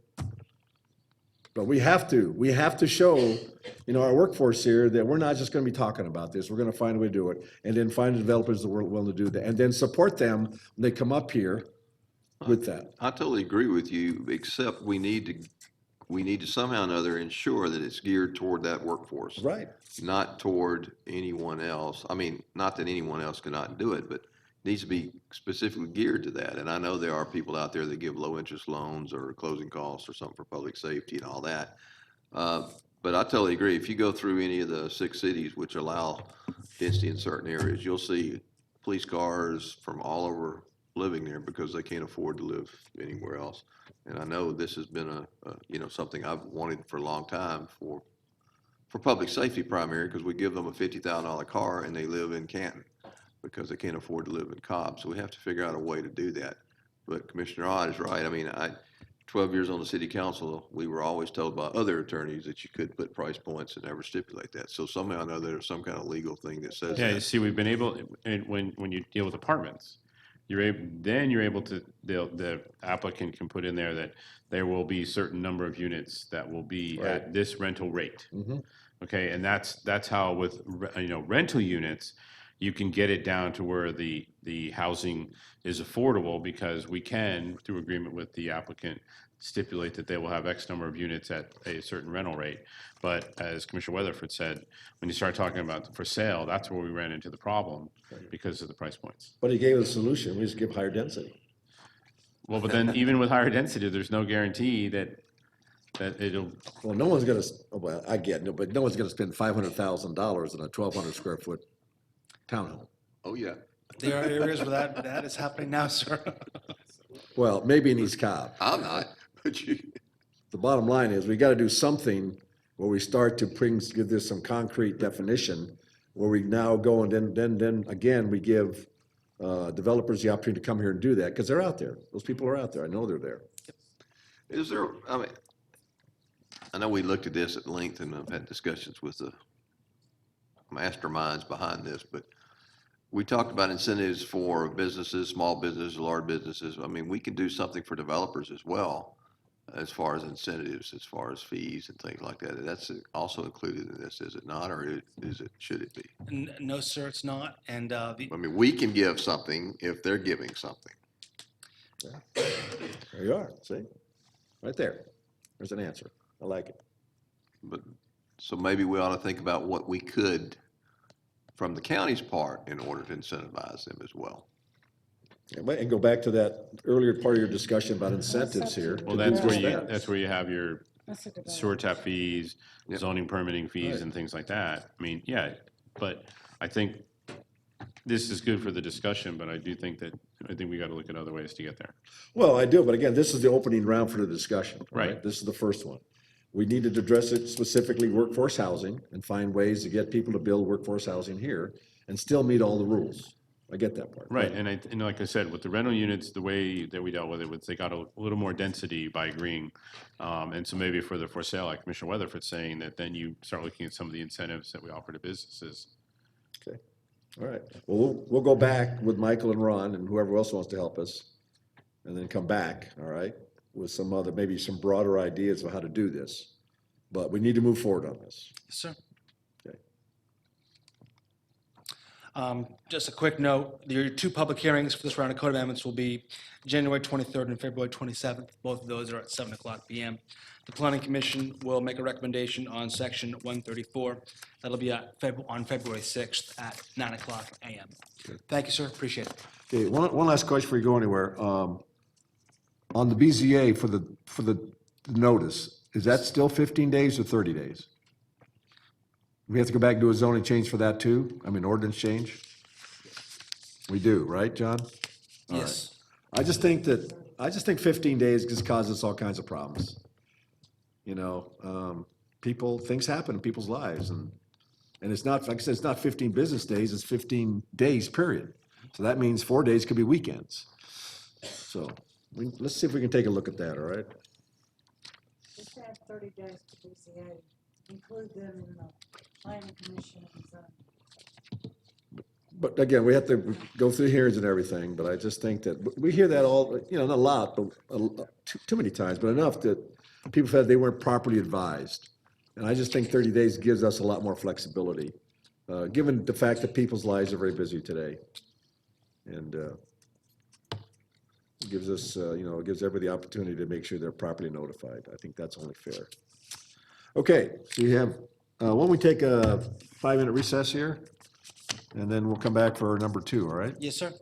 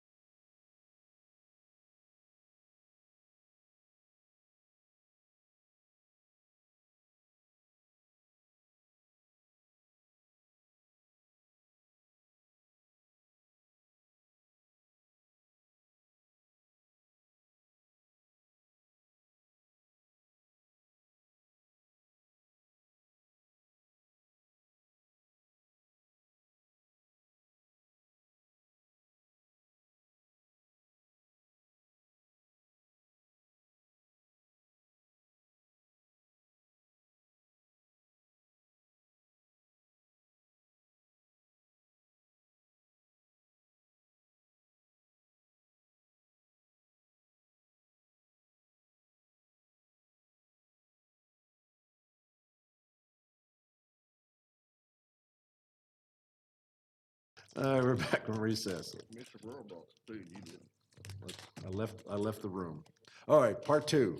Part two, so this will be a brief presentation dealing with the modernization of the zoning analysis, which will be unveiled with this coming February code zoning book that John Peterson and his staff are currently working on finishing up.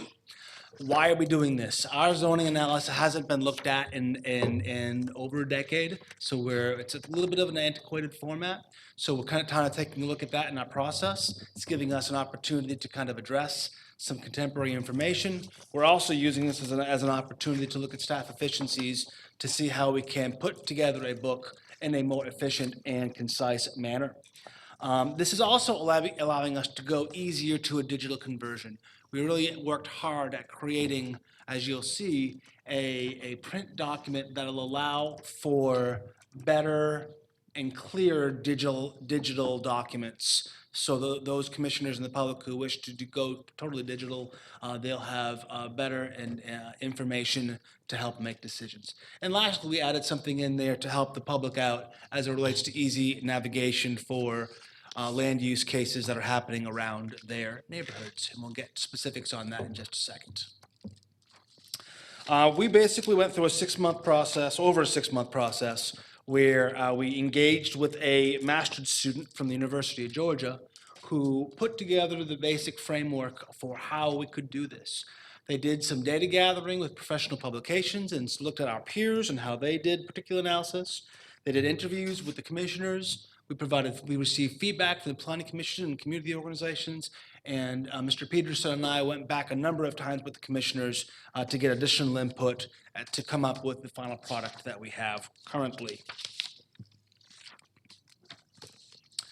We're really working towards ending up with a single, a multi-department shared document is what we're gearing towards. We are not quite there yet. But we're continuing to work with IS and others to try to get us to that point.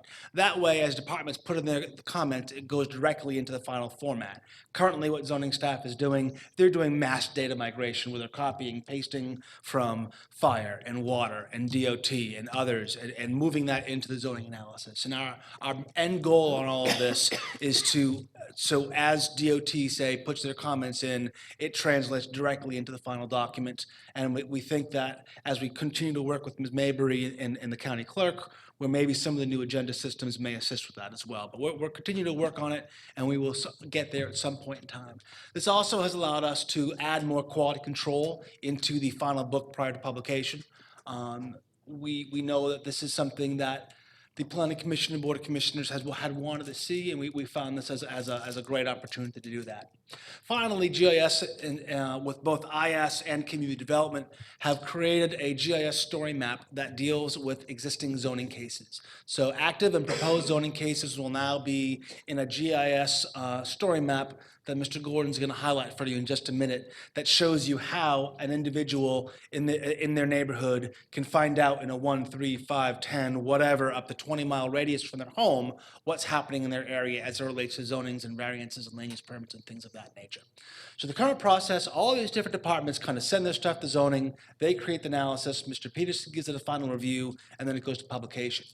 Our proposed process and how the February book was put together, everyone kind of takes a look at it, puts together the zoning analysis. Mr. Peterson looks at the zoning analysis, then it goes to a quality control committee who takes a look at it and makes additional edits prior to publication and release to the public. This has created, the effects of all these changes is created a more efficient layout for what's being created. The first page, as you will see in just a minute, contains all the vital facts that a commissioner or a planning commissioner would need to assist them in the decision-making process. And then if they want to do a deep dive, they can kind of go through the rest of the analysis to get more into the details of what's being analyzed for each particular zoning. In addition to that, the zoning staff is using the different data done by the departments as well as the comprehensive plan directly into their recommendations. So there's now a correlation between the analysis the final analysis, the final recommendation, and what staff has been putting together as it relates to the data and backup documents. These changes happen in 3 ways. Again, the agenda, the analysis, and the GIS story map.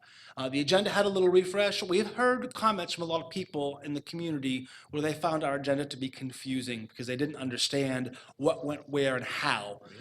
So we've kind of put together a framework for a new agenda that's a little easier to follow, and it'll allow you as the board some opportunity to kind of write some notes in there as you're going through to help you out as it relates to each individual case. Great.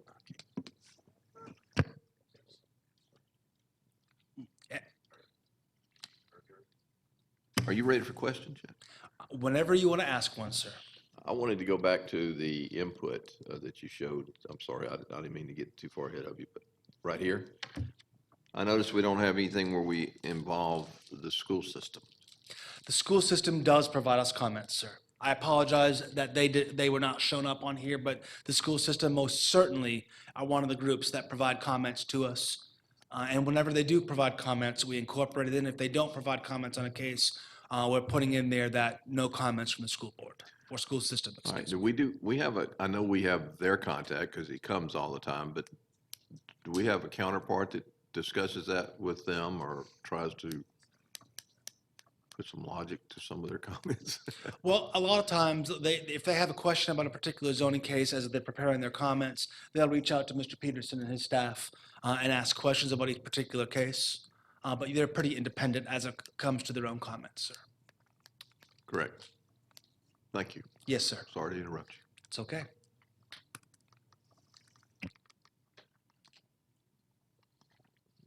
Getting into, as I was mentioning, the first page of the analysis, this kind of shows your critical facts of the first page. So this will help you as decision makers with the Board of Commissioners and the Planning Commission really get a synthesis of what's happening on that particular case right there on the front page. And we really feel that this is going to be a benefit to you as you're making decisions on cases. Again, the second page will obviously be the site plan because you need to know what's happening on the particular site for you to be able to make a cognitive decision about whether or not you wish to support a case of that nature. On the zoning comments, we've really tried to break out the information and put them into different components. Right now, it's kind of one main zoning comment, and it could be buried within a number of different paragraphs. And what we've done to make it easier to follow and easier to understand, we've kind of broken them out into topic areas. So you have your definitions of the current zoning, definitions of what's happening, what the intent of the applicant is, some of the metrics and criteria as it relates to the zoning, any contemporaneous variances that are being requested, having them be spelled out and listed directly so you can see specifically what's happening. This is kind of the way that we've really tried to improve some of the ways that we're providing information and providing a layout that'll make it easier for you and easier for the public to really understand exactly what's happening in a case. Also, on the zoning map, we've incorporated future land use with that as well, so you'll be able to see not just what zonings are happening around in the area, but some of the policy framework through the comprehensive plan contained in that same review as well. We have kept a lot of the check boxes and expanded some of the check boxes. And this is, again, we've heard a lot of comments from the public and from the commissioners that the check boxes allow for a quick and easy way to scan the information and get an assessment of what's happening. So we really expanded upon that, and we're working with other departments to kind of continue in that trend. And lastly, I want to talk about the zoning story map. This is something I think the public's really going to like. It will enable you to find your address or select a point in space and then determine a buffer off of that to find out everything that's happening or stuff that's been applied for without having to go through the existing GIS and being able to navigate through the GIS system. So this will be a lot easier to use compared to the existing GIS. So Brad, Mr. Gordon, would you please bring that up and let's kind of do a trial run for the commissioners? So Brad, let's show 880 Shaw Park Road, and let's do a 5-mile buffer off of 880 Shaw Park Road. So just by there, putting in an address, you'll be able to put that in, determine your buffer area, and you'll see, in this case, there's 3 zonings, current zonings in that particular area, 4 proposed zonings, which means something's been applied for but has not yet worked its way through the system, 1 variance case, and then 3 proposed variance cases, and 1 SLUP. So this kind of just gives you a sense of how easy it's going to be to navigate and find out kind of what's happening in the general vicinity of your area. Brad, let's focus in on one of those zoning cases. Just pick one in general under one of the current zoning cases so we can kind of see what's happening there. So you select that. It brings you directly into the zoning case. It tells you what they're asking for, what the petition number is, and so forth and so on. It will also, once decisions get made, it'll allow you to connect to the minutes, connect to the zoning analysis, so you'll see what John and his staff has recommended, and to really get a good sense of everything that's happening in that particular case as it kind of goes through time. And this is all real-time information, because we're not maintaining this separate from the existing zoning database. The zoning database is basically just kind of embedding itself within our zoning database, so we don't have to duplicate information multiple times. It just puts it in an easier to view format for the public, which is why we think this is going to be a great tool. Brad, can you go back out to the county as a whole, please, sir? Let's pick a random spot in space, Brad, and do another 5-mile buffer to kind of. Dana? Yes, don't- sir. Don't get carried away here. Are you done? Are you done with us, sir? We're done then, sir. Thank you, sir. That's all I have. Excellent program. I know you're pretty excited about this. We are, sir. All right, and obviously. to stop. You'll have to come to my office, show me how to do all this stuff, all right? Because my brain already hurts just watching the map. But did you work this with IS and everybody? Yes, This IS. is really amazing. IS and ComDev worked really hard Really? to put together this format, and Sharon and her staff did a fantastic job working with Brad to really put Okay. this Well, together. please make sure that they know how really impressed we are with their hard work. This is really exceptional work. We think the public's going to be very happy I with think so the too, results. yeah. And my grandkids are really gonna love it. Show me how to use it. Marvelous, so. She will. Penelope and Claire will laugh about it. But anyway, that's marvelous. Thank you very much. Thank you, sir. Appreciate it. Okay, we're on tab 3 now. 5 minutes, all right. I'll carry the ball for the first one. As you know, I've been going out last week and the week before talking to the seniors about the senior center fees. And I think sort of summarize what we heard there, what I heard there and what we did there is, first of all, I want to make very clear to everybody that we could have done this better about informing the seniors what we were trying to do. And so the initial problem we had was that they thought we were trying to slip something past them without talking to them. And so there was some resentment there. And I get that part, and I apologize, and I still apologize. But having said that, we need to move on. So what I asked them to do was send me some ideas of how we could address this issue, because this fits into the larger scope of what we're facing right now in addressing not just the $30 million shortfall, but also as to how we fund our government as a whole. And I think the expression I used was, everybody has to have skin in the game. I found it remarkable that of all the fees increases that we proposed over the last months, this is the one that got the most vigorous pushback, and again, I think it's because of the way that we tried to do it. So what I asked them to do from all the town halls was to send us proposals about how would you look at doing this if you had it in your hands.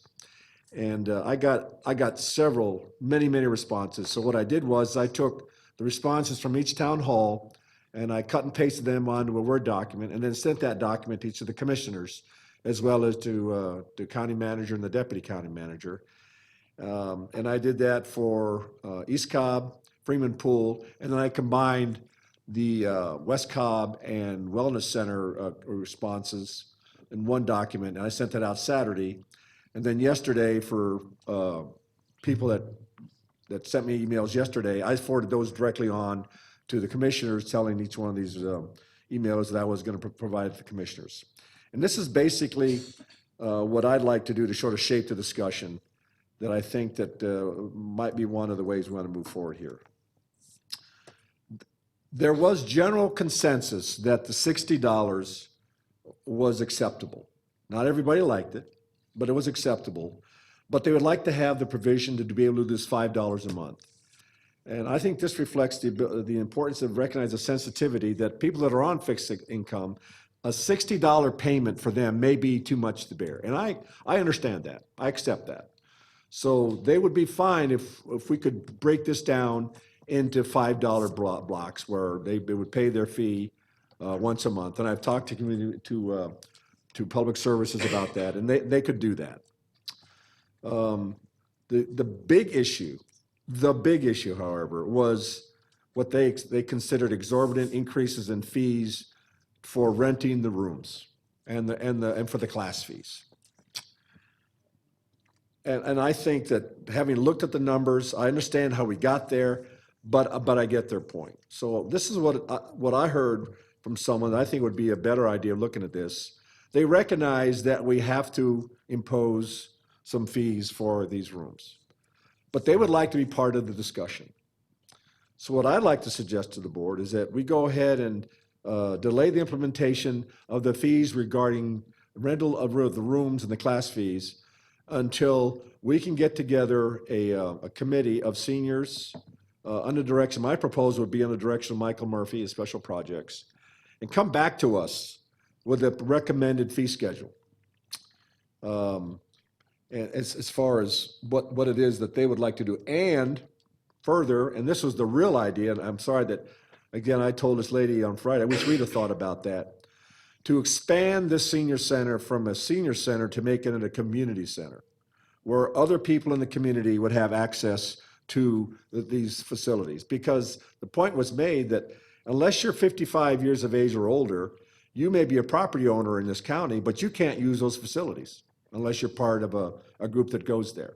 So in order to make this fair to everybody, we changed the designation from a senior center to a community center, and then bring them into the discussion, and then go back and review the fees and have them come back to the proposal to us to help us out on this issue of that.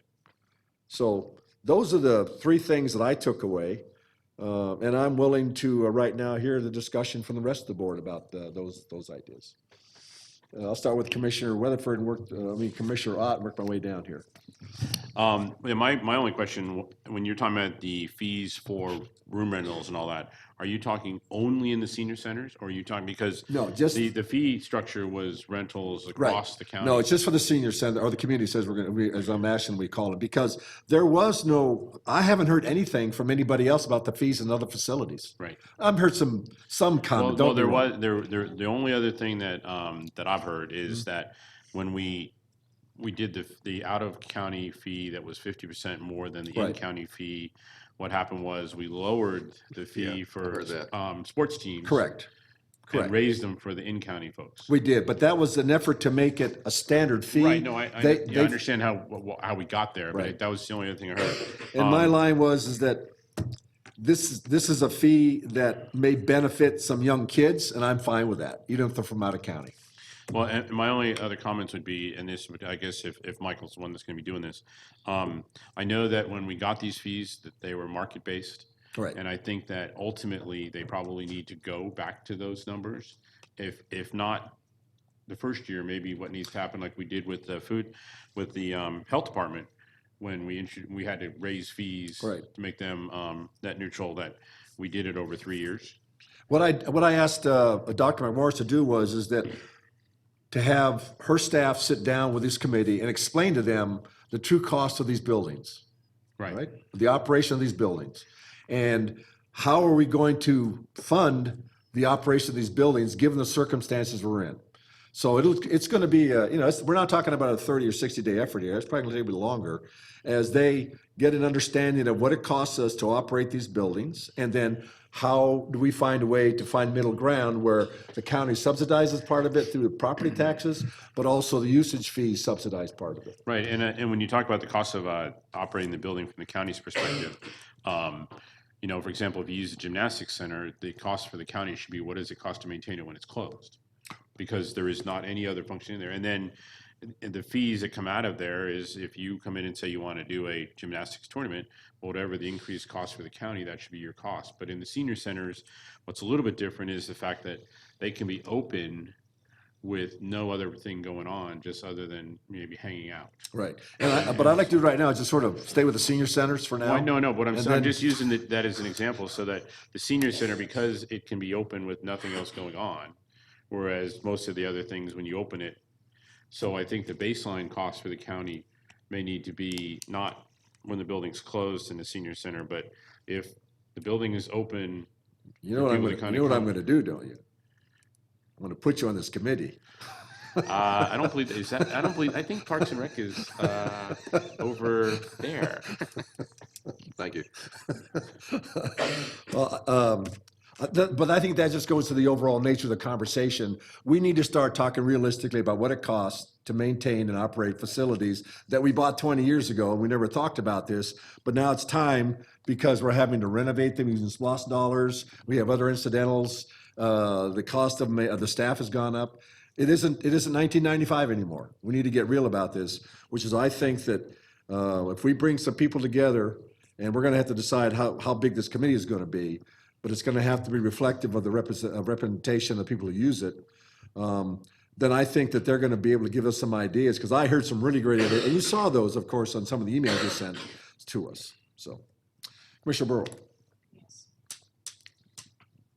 Thank you, Mr. Chairman. And thanks for hosting the meetings throughout the senior centers. I know the weather interfered with one, but, or two, but one was rescheduled. And I think we did hear a lot of comments and good comments from the public in those meetings. The suggestions I have, and I guess, I don't know if you want discussion now Sure, no, or absolutely, yeah. with the committee, once you form a committee. Well, yeah, I think that depends on how we're going to shape the agenda item for tomorrow night. So I'm willing to hear all your comments right now. I'd like to look at getting sponsors at each of the senior centers to help cover the cost of the memberships for the seniors. And also, we heard a lot about discounts for couples. You know, if there's senior sisters that are living in the same house, maybe their husbands have died and they live together on a fixed income, they could have a couple's price, married couples, you know. The concern with the dance groups and the at night and the Kiwanis and organizations that meet during the day, I think they're kind of really two different animals. You've got the centers open during the day when the Golden K Kiwanis meet at the East Cobb Senior Center and the Lockheed retirees. So we're not bringing in additional staff to supervise and maintain and clean up and set up those rooms. There could be a minimal charge, but the dance groups that come in after hours till 11 p.m., we're paying overtime and we're staffing folks to be there and supervise during those after hours. The Mountain View Community Center, which is in the same complex as the East Cobb Senior Center, next to the old Mountain View School, has a rate sheet and they're booked solid. So I'd like to consider mirroring their charges for the senior center. But if I hear you that we're going to community centers for the senior centers, you know, that could be another option for them to go there. You might even bring the prices down too, because you have wider population using the center of the facility. And then the other thing was to consider having them do a monthly, $5 a month or whatever Right. we decide is the amount, on a monthly basis rather than the 60 up front. Okay, what is it? Commissioner Rutherford. Sure, I think, we all attended some of these with you and heard a lot of comments. And I agree with you that maybe we could have handled it a little bit better. A lot with Commissioner Burrow, I have some issues with the ones that use it after hours because that causes a lot of expenses. Right. Also, those that charge to come to use our facilities for free should have to pay to use those facilities. Now, the exception to that is service clubs, and I think if you and I discussed and others that if it's a service club like Kiwanis, which the majority of what they raise, they give back to the community, they're doing things for the county that we would otherwise have to do in their service projects and things like that, and they should probably be exempt from those kind of things. But if it's a group that just meets and says, okay, we're gonna meet there once a week and we're gonna do this, this, and this, and we're gonna charge you to come here, then the facility there should be a cost occurred to that, I believe. And the idea of changing it to community center, that would give us community centers throughout the county. And we don't have that many, but the problem with that is then you're gonna have teenagers playing on the pool tables and then the seniors are gonna be upset that here and they're using the pool tables or the fitness center or all the other things that they get.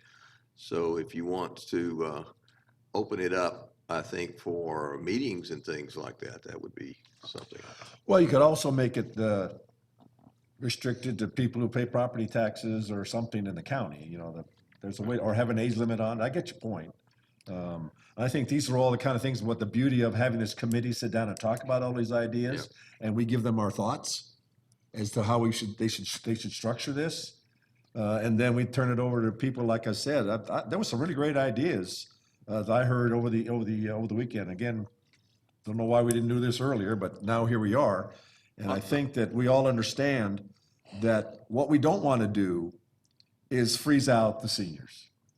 They are part of a social fabric, and 10% of the seniors may not use this, but the implications of that 10% are much wider in the community. So what I'd like to do is just for tomorrow's agenda, propose three things. Well, actually four. One of them that we maintain a $60 a month, a year membership fee, but we allowed a $5 increments, okay, per month. Now, just on that, you Yeah. and I talked about, I think that if we're going to look at, if we go to $5 a month, there are some seniors that Right. might be gone for. Right. So it's I think really what it is, it's a maximum of $60 a year. Right. But $5 a month, because if somebody goes away for 3 months. That won't be a problem because they can't get into the center unless they show their card and they pay. Right. But what I'm saying is, I think the wording ought to be that it's a maximum of $60 a year. Or $5 a Yeah, or month. $5 a month, Right. yeah. Yeah, okay. Because if somebody's not there, then they shouldn't have to pay. Okay, I agree with that. The second thing is that we delay the implementation of the room fees and the classroom fees until, under the auspices of Michael Murphy, we get a committee of representative people come back and give us a proposed schedule fee. Don't you want to at least use the fees that we had in place prior to the change? I mean, or are you saying no charge at all? Oh, okay, yeah, I'm fine with that. Because, To I mean, maintain the existing fees. Maintain the existing Right, fees. right. Because otherwise you're going to no fees at What we'll all. do is we'll postpone the Because fees. I don't think you want to take the fees away. 'cause Yeah, then we'll postpone the fees that we new fees, approved Right. back in November, okay? We'll delay, except, I agree with Commissioner Burrow, I'm sorry. Anything after 5 o'clock, they have to pay the cost of the overtime. We cannot be playing favorites or digging deeper ourselves into a deeper hole here. If you want to use the senior center after the closing time, then you have to pay the cost of the business for that. Right, but, and I don't disagree, but, for example, if you go to a hotel to have a convention or a meeting, and you say, I would like a microphone, and I would like this, and I would like that. Right. There's a charge. Right. And so I think that as part of this committee, if we're gonna go through the trouble of having a committee, then instead of just arbitrarily saying, we're gonna leave the after-hour fee as what we set, let's figure out exactly what it would cost for whatever services they're asking for. And basically, if Okay. someone wants to have an after-hours dance, All right. and you say, okay, you want this, this, and this, here's what it's gonna cost you. All right, so what we'll do is then in that That's case, what we did. I will just leave the fees as it was before we adopted them, all right? They'll still be able to do it, dance after hours, but the handwriting's on the wall. In the future, that fee is gonna go up. Because it's gonna reflect the true cost of doing business, okay? And that way they have time, if they wanna go find somewhere else at that cost, they have the time to, because that was one of the other issues too, is they didn't have enough time to go find other places. So we'll just leave that alone. And the classes too. Everything, we'll just leave the existing fees as they were before we adopted the new fees in November, all right? And then I'll ask authorization for the board to approve Michael Murphy to bring together this committee. We'll give them some guidelines to look at. And then we will bring back the issue about the community center as part of the discussions that this committee will have for the next few months. Take Okay? that one a little slower. So the action I'm looking for is we'll maintain the $60 a year or $5 a month, and asking for maintaining the fees as prior to whenever we adopted the other fees, and then asking approval for Michael Murphy to organize a committee to discuss and propose fees that they'll present to the board. Yes, ma'am. Do you need a vote tomorrow night to put them back to pre-November? We do, yeah, Okay. we do. We need to do that, because we've already had a board action, we need to go and revise So that board that way action. the motion. Right, right. Okay, well, thank you very much, that was great, I appreciate that. So I'm sorry it was a little more than 5 minutes, but it wasn't that much more. And with that, I now turn the floor over to the esteemed commissioner please. from District 2. Thank you, Mr. Chairman. This morning you did the state of the county. So this is kind of the state of SunTrust Park and the Battery. So just kind of, we started off the preseason. Everybody knows that this is what it looked like back in 2013. And this first slide here basically shows the baseball diagram that everyone is familiar with. That was the original projections that the Braves would be $372 million into the ballpark, and the local contribution would be $300 million, with any overages being paid for by the Braves. Next slide. And then from that, this was basically how the county would be paying, or the local contribution would be met. You had the Cobb Transportation contribution of $14 million, the Cumberland CID contribution of $10 million, and then the local annual contributions, the hotel motel tax, the reallocation of existing revenues.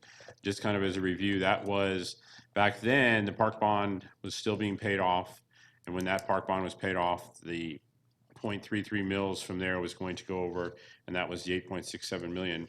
Then the rental car tax, Cumberland District tax, which is the Special Service District number 2, which is a property tax based one, and then the Cumberland District circulator fee is Cumberland Special Service District number 1. Okay, next slide. Now, as we were going through the construction in 2015, interest rates for the stadium debt were revised downward. Now, that did not change the Braves' contribution, but it did, however, change the county's contribution and lowered it to $16.4 million annually, which allowed that reallocation of resources to go from the $8.6 million to $6.4 million, or 0.22. The hotel motel tax revenues were revised upward, and the rental car tax was revised upward. Next slide. So then this slide just shows you the difference between what was originally projected in 2013 and then 2015.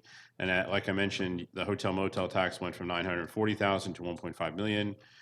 The 8.67 went to 6.4 million. The rental car tax went up to 600,000, and all the other numbers remain the same, with the new amount being 16.4 million. Next slide. Then as we went into the inaugural season and opening day, go ahead, next slide. Some things to kind of keep in mind about the revenue when we go through these different revenue numbers, that both SunTrust Park and the Battery were only open for 9 months in 2017. Basically, opening day was on April 14th. When it opened, only 30% of the Battery was occupied. By year's end, it was only 50%. Cobb County Schools in 2017 received more than $2.7 million in total tax. 1.6 million of that was sales tax or SPLOST, and then 1.1 million in property tax. The county received more than 3 million in new property sales and other tax revenue. And then pretty much, if you want to call it a one-time, Cobb received 4.9 million in permit fees from the inception of the project. Now, what's important to note, all of those property values that these tax numbers are based on, property is valued in the first of every year. So on April 1st of 2017, all this property was construction values. None of it had opened yet. Next slide. So this first part here is the revenues versus the projections. You can see in the budgeted column, that's what was expected or budgeted for the different revenue sources. And then in the actual column, you can see that basically it was about $1 million more in revenue. Some of it was from the Special Service District number 1. I mean, you can see the different numbers where the increases came from. The Braves contribution, Cornelius, can you kind of move that up just a little bit? They're kind of missing some on the bottom. The Braves contribution for the first year was only $3 million. However, that will increase to $6.1 million from this year and moving forward. So the total revenue available for stadium debt, and that's fine, I'll just read the notes.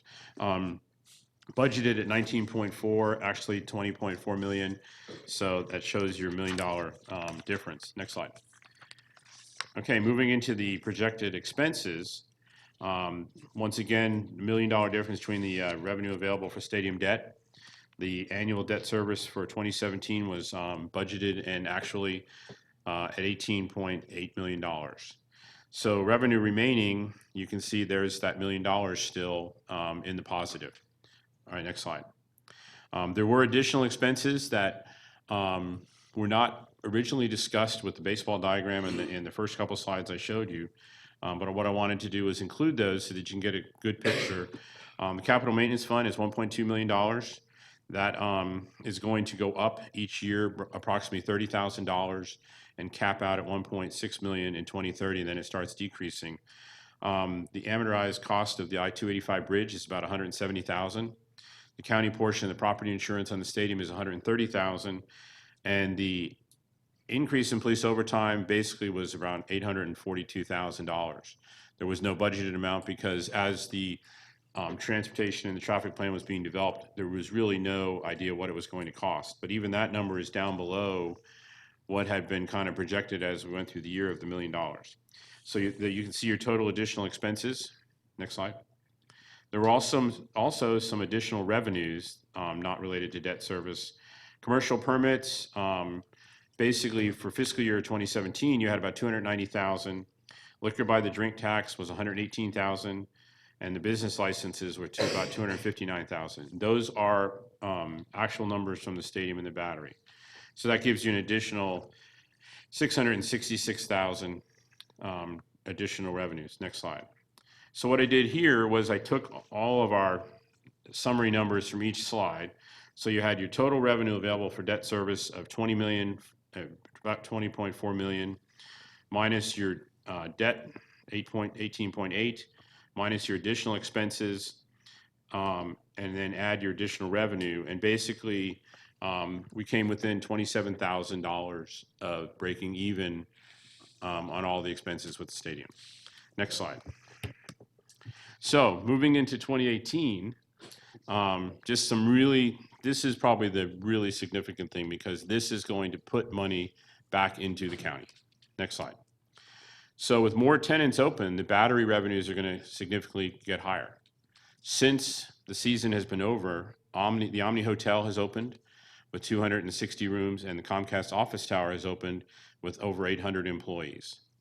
Property tax estimate increases, and once again, because we do not have the new values yet, when I was preparing this, this is estimated on what the construction costs were.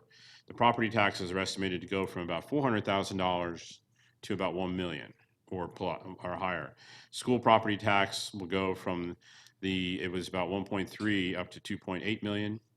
The Cumberland Special Service District 2, which is the property tax based one, will go up as a result of the increased property values. And the Special Service District number 1 is expected to continue to increase up to about 3.8 million. And on a decreasing side, the police costs, due to changes that we're going to put into the operations and the way it operates, are expected to drop to around 600,000. So if you start doing the math there, what's going to happen is there is going to be positive numbers that will allow this board to remove some things from the general fund that are paid for the stadium, but more importantly, there's going to be additional revenue generated by the battery in the stadium that can go towards the general fund expenses. Next slide. In addition to the stadium and the battery, the halo effect, the chairman talked about it, some of it this morning. There's been nearly $2 billion investment in commercial properties in the Cumberland CID area. All of that has increased the property tax value in that area. As you can see, it's been increased by almost $11 billion since 2013. There have been 5 new Class A office buildings planned, or most of them are now built in that area. Once again, additional revenue towards the bottom line. Next slide. And then just want to talk a little bit about the partnerships that the Braves have had. In addition to the revenue that the stadium and the battery have provided, you have thousands of community jobs in both the battery and the stadium. The Atlanta Braves Foundation has donated more than $300,000 in cash and kind support since 2013. There's been significant initiatives underway between the county schools and the Braves, such as their Science of Baseball with the STEM program, and then they have been giving money to teachers for the impact grants. And finally, refurbishment of 3 of the county's youth baseball fields for a total of about $90,000. So, Mr. Chairman, as you can see, I think it's extremely positive numbers, and what's more important is, as we told folks that it would take a couple years to kind of move on to the black side, what we're seeing is that it's going to basically be the second year of operation. Now, as we move in that direction, I know the board has talked about it in the past. The goal would be to reduce that portion that the citizens pay, the 6.4 million, and have that covered by the other revenue streams, so that ultimately, if you get that 6.4 million down to zero, the citizens are not paying anything for the stadium. And looking at the numbers, I think that's very possible. I'm very disappointed in this report. I expected better from you, Commissioner Ott, but I'll take it. No, really, great report. Commissioner Burrow, Les. Good news. In July, you projected that in 3 to 5 years, we would break even and then some. No, you gave the report in July. Okay. And I believe the battery, was it 40%? Yeah, it complete was, then? yeah, when they opened, it was 30, and so, yeah, July, it might have been around 35, maybe 40%, and then it Okay, finished so out the is year it at 50. 80? No, it finished out the year at now? 50%. They're probably around Okay. 60% now, but it'll be up around 70, 75 by opening day, for this next season. Okay. One thing that I'd like to point out is the numbers, the 2 million for the school property tax.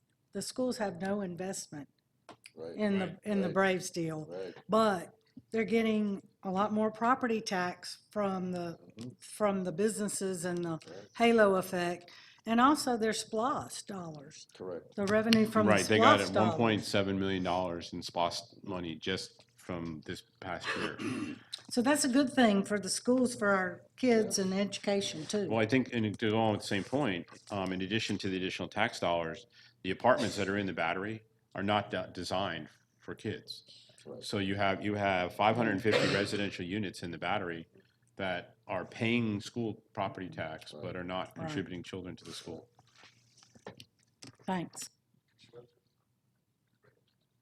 That really great report, Commissioner Ott, and I'm really excited about this for the taxpayer of the county and also for, the future of the county too. So this is really exciting news, and hope to see more of that and a better report next time. I hear that from you.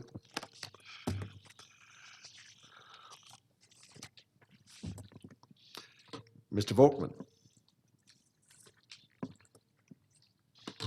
Good afternoon, Chairman, Commissioners, County Manager. I have 2 items today. The first one is going to be to discuss our 2019 budget calendar as well as our millage. We've talked to the Chairman and County Manager to talk about how we'd like to link these two together. It's always been a kind of a point of contention as we've gone forward in the past years. We basically do the millage adoption in July for the previous fiscal year, and then we do the budget adoption a couple months later. So working with the Chairman and County Manager, what we've done is kind of proposed a schedule that we would adopt the millage and the budget in the same night. But please keep in mind, the millage that we would adopt would be for fiscal year 18, but it is the basis for our millage for the budget in 19. So the calendar you see before you would be the budget adoption schedule. And you can see we begin this in July 9th. We will have our advertisement in the MDJ, and then we will have the work session. The chairman will present the budget for the first time to the public on the 9th, and then we'll go through our public hearing process on the 10th. We will have a special called one on the 17th, and then look for final adoption on the 24th. Next slide, please. Are you gonna send us this? Yes, ma'am, absolutely, because this is just proposed as of right now. We want to get the board's input and see how you'd like to proceed. And then this would be the millage adoption schedule, and you can see at the very bottom here, we would be adopting the millage on the 24th. All the public hearings would line up, so we'd be having them on the same nights. Because a lot of the comments we've seen in the past really deal with both issues, so we thought it'd be good to pair those two together. The only exception here is you'll see the first advertisement for the millage is required to be on July 2nd. So with that advertisement, just like in years past, we'll advertise the general fund proposed millage rate, and whatever we advertise on the 2nd is the highest we can go. So if there's any amendments to the millage rate after what we advertise, it would be in a downward direction. We would not legally be able to go above that unless we re-advertised and started the process all over. So it'd make it a little unique challenge. But by pairing these two together, I think it'll help the board kind of address all the issues at once, and then we can hear from the public on all the issues together. Yeah, and Ross, this year, when we put out that MDJ, we need to have an explanation above it about the hypothetical, because I don't think the public understands that we're mandated to put that statement out, but it doesn't really reflect the percentage that's in there. We get in trouble because they think we've raised, like last year, 9%. It was never 9%, but we never had an explanation as to what that chart really meant. So this year, let's make sure that mandated statement has an explanation that goes with it, that's very clear to the public as to what that number really means. Sure, Commissioner Burrow, for 1 second, Commissioner. Go ahead, okay. yeah. I noticed at the meeting at the Wellness Center too, one lady said that we raised taxes last year, and we didn't. Right. But the shift from the debt service Right. to the general fund made the general fund Right. higher than the, last year, the year before, 6.66. And therefore, it looked like there was an increase, but there wasn't. And Couldn't agree with you more. that needs Yeah. to be And the famous block addressed and, as well. the famous blocks in the bucket speech tried to address that. I do it very, but by the way, No blocks this year. there will be No blocks buckets. in the bucket back. No The buckets. blocks in the bucket are coming back. Can we vote on I that? thought we were out of buckets. I'm gonna seal this It block. was nominated for an Emmy last year, so I got to try it again this year, you know? You got about 10 hits on YouTube. I just have, Sure. and this is, I know we've talked about this in the past, but since we're moving towards a joint schedule of millage and budget, it would seem that once we get settled into that we need to reopen the conversation about moving Right, from the millage being for last year and the budget being for next year. right. And just, it's a paper exercise, but it would seem to make a whole lot of sense that if you're voting on a millage and you're voting on a budget at the same time, Right. that millage is raising the money to pay for that budget. I agree. And Commissioner Weatherford agrees with you, that I know of, so I couldn't agree with you more. Whatever it takes. And that way I can get rid of this term wacko budget system that my other boss says that I can't use anymore. Well, I couldn't agree with you. It just makes more sense that way.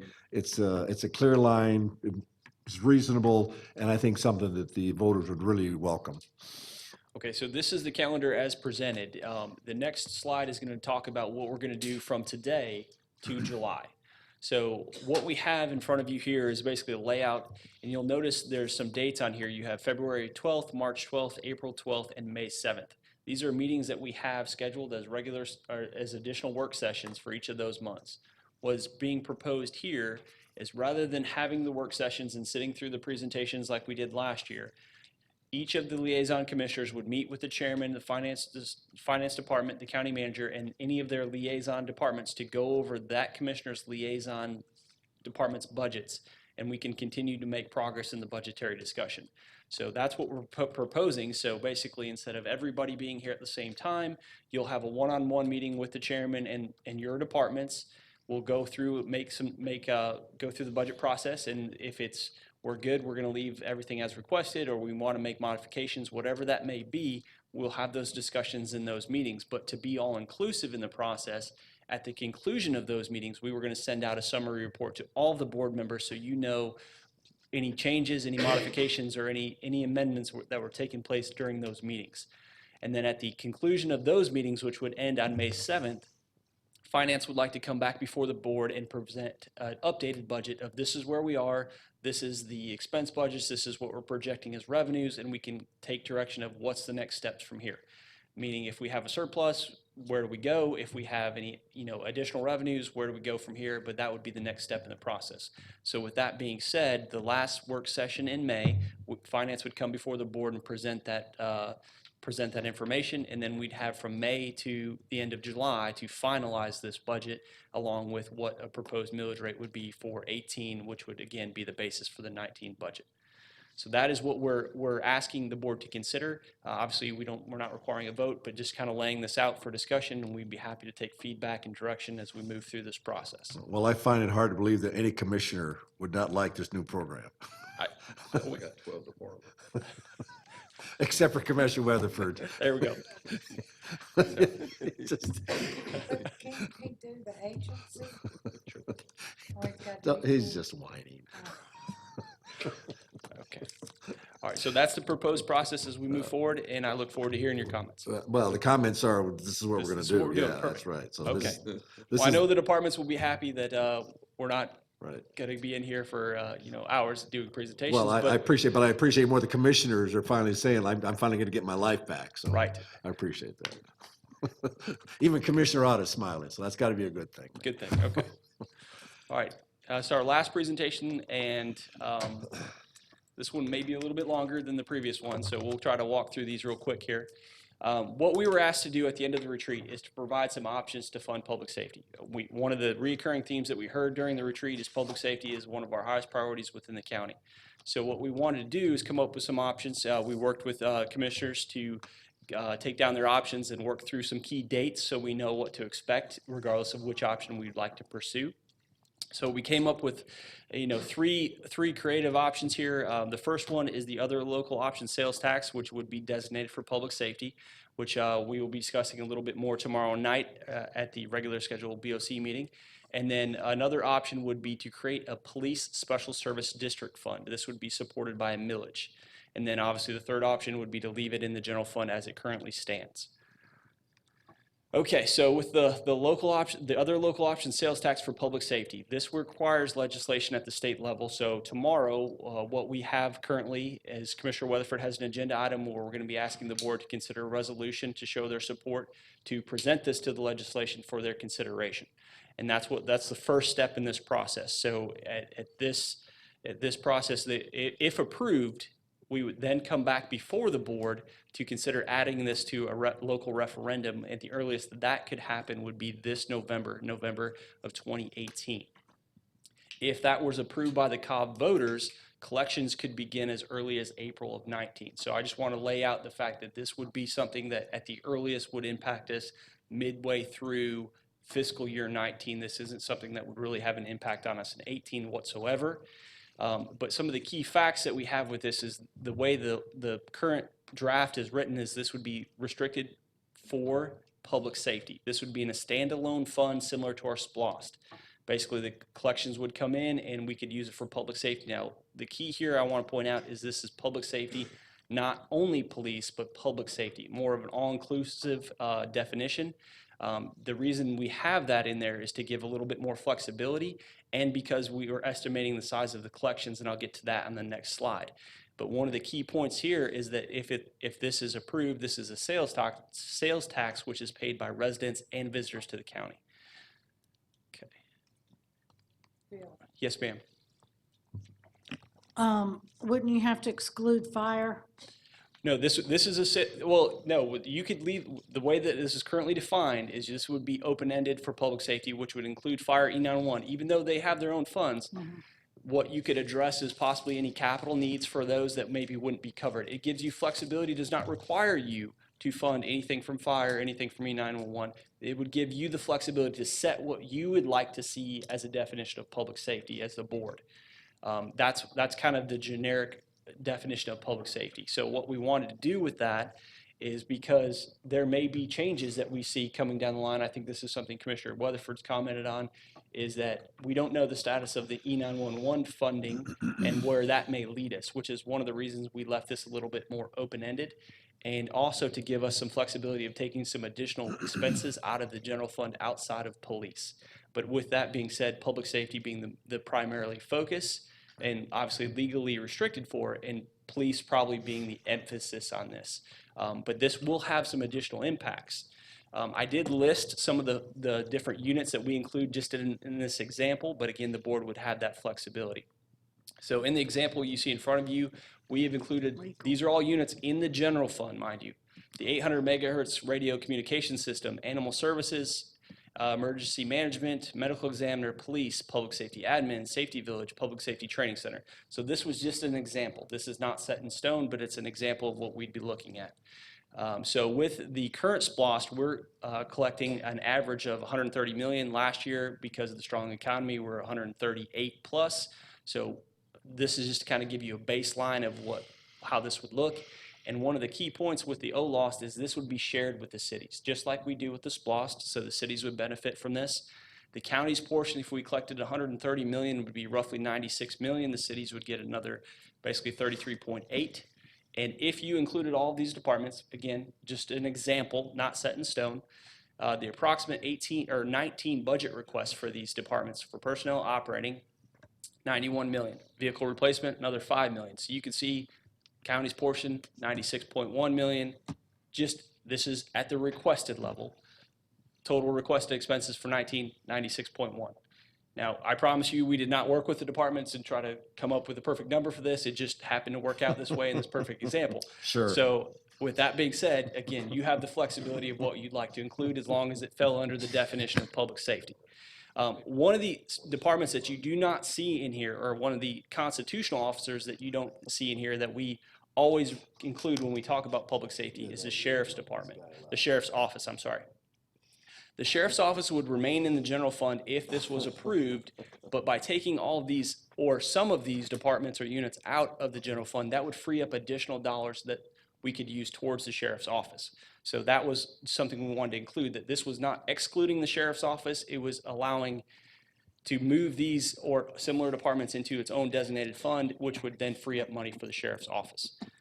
That is just one possible example. I think Before we go to the next slide, have to identify. the expenditures here. Yes, sir. In a normal SPLOST, when the citizens vote on a referendum, they're voting on a list of projects. Correct. My initial concern here is that through various comments by different members of this board, the courts, nonprofits are considered public safety by some folks, and my concern would be that if we did go in this direction, I think that the referendum should have in it the expenses that are only can be covered, because otherwise a future board can just be adding, if the board says, well, we think courts is part of public safety, or we think nonprofits because they do this or that are part of public safety, all of a sudden they're getting added in there, and that really kind of moves away from what I think Commissioner Weatherford's trying to accomplish here. So I think that we need to the referendum should spell out what the only expenditures that can be done in there. Because, we're not gonna be here forever and, moving down forward, without clearly defining what is public safety, who knows what'll end up in there. That's not, I have a problem. That's a good suggestion. We were trying to make it generic. Primarily, when we were discussing this, we thought about, as Commissioner Burrow was saying, the fire and 911 have their own funds, yet we are being the public safety liaison and been in the Public Safety Council for ACCG. The state is taking over that from us. We're sending the money down there, and everyone knows what happens when you send the money down there. You don't get what you send back. And so we were wanting to leave it open to augment any future things. But primarily, this is for public safety and police, both projects and personnel if necessary. You define that at the bottom here of the slide. That's your universe right there? Correct. Right, and I don't care if, what I'm talking about is, I think the board's gonna have to agree as to what the universe is, but I think that a defined universe has to happen so that down the road, because, I don't necessarily think that everybody agrees that courts or nonprofits that do certain things are part of public safety. And so I think that and it needs to be in the referendum so that the board cannot in the future change it to just, we want to put honey. I agree, and that was the attempt here, so we'll make that a little more specific and restricted. Yes, ma'am. I agree with the 911 fund, because we don't know what's gonna happen there with the state taking over. Right now, it is self-sustaining, but we are in control and run it. But legally, fire is a separate fund that was created by the legislature and a separate millage rate. Can it be part of this? Or do we specify what can be used for fire? And currently, just to give you an example, with our I SPOS, was trying to get a Sure. legal answer. I've not had the opportunity to study this, Okay. but, I don't see fire on Certainly. this list. no, this was an example. We did not It's- include fire or it's E911 not, in but- this example. When I asked the question, he said it could be included. We were trying to be included, but Right. I agree with Commissioner Burrow that 911, fire has their own millage rate, and we could easily take that But out. see, but that's where if in the referendum it spells out exactly what it is, then Right. then you don't have Then you you don't have an to issue, worry, right? right. Right. Okay. So I agree, but with you, what you're saying is you can say what departments are included within public safety, but also restrict it to what it can be used for, capital, salaries, and a list of what Well, you're this- gonna Yes. agree to, Yeah, well, this is not a or what the special local referendum option was. sales tax. This is other local option I sales know. tax. It can be used for capital, personnel, anything you deem in public safety, just like it's a general fund for public safety. So anything can be used in here. We Okay. just define what that universe is, that's all. Right. Yes. And the other comment is, whatever option we end up going with for the budget next year, in order to even have this as an option, which would be a referendum if approved, we have to, at least put it down the road to the legislature for consideration for them to approve it. And then, this is not a vote on the OLOS. This is just an option and a process that we have to go through to even have it considered to be on the ballot as a referendum. And that would require a vote from us to even put it on the ballot. But the first step, whether we support it or not, it'll be a referendum for the people to decide. Correct. And this is the only way we can even have it as an option, is to send it to the legislature by a vote tomorrow night. Correct, just like we discussed earlier. It's a resolution, I'm that's all. Right, just saying my I know. stance on what, But I do think that there's another part, and I don't know if is there another slide on this? Yes, sir. We're going to get into the police special service district if that's. Well, no, okay. no, all right. So before you move on to that, Uh-huh. the thing that's not being discussed here, okay? And this, I think that it does need to be discussed, because before it goes down to the legislature is gonna wanna know, because the fact of the matter is, this is taking, according to Bill's numbers here, 96.1 million of expenses out of the general fund. There's no discussion in here about what happens to the millage for the general fund. Why would that be in the purview of on the legislature to discuss that, though? No, well, because this is a tax increase otherwise, because you're gonna have $96 million of additional revenue in the general fund, because it's no longer being paid for by the millage in the general fund. I agree, That's but 3 mills. But they're gonna see that as a tax, some of them may see this as a tax increase because it's gonna be another 1% added onto our sales tax. So Well, once, no, but I mean, regardless of whether it's another 1% added onto our sales tax, if you take $96 million out of the general fund and you don't lower the millage in some level, Yeah, then but- you've got $96 million for the board to spend whatever way they want. I think that, I agree with you, but I think the language needs to be very gentle about, we understand this may or may not have an impact on the millage rate, but I don't want them getting into telling us how to set our millage rates. Well, I have a problem with voting for something that doesn't say what we intend to do with the millage rate. Okay, And we that, don't even know if we're gonna make it a referendum at this point. We Well- have to vote on that.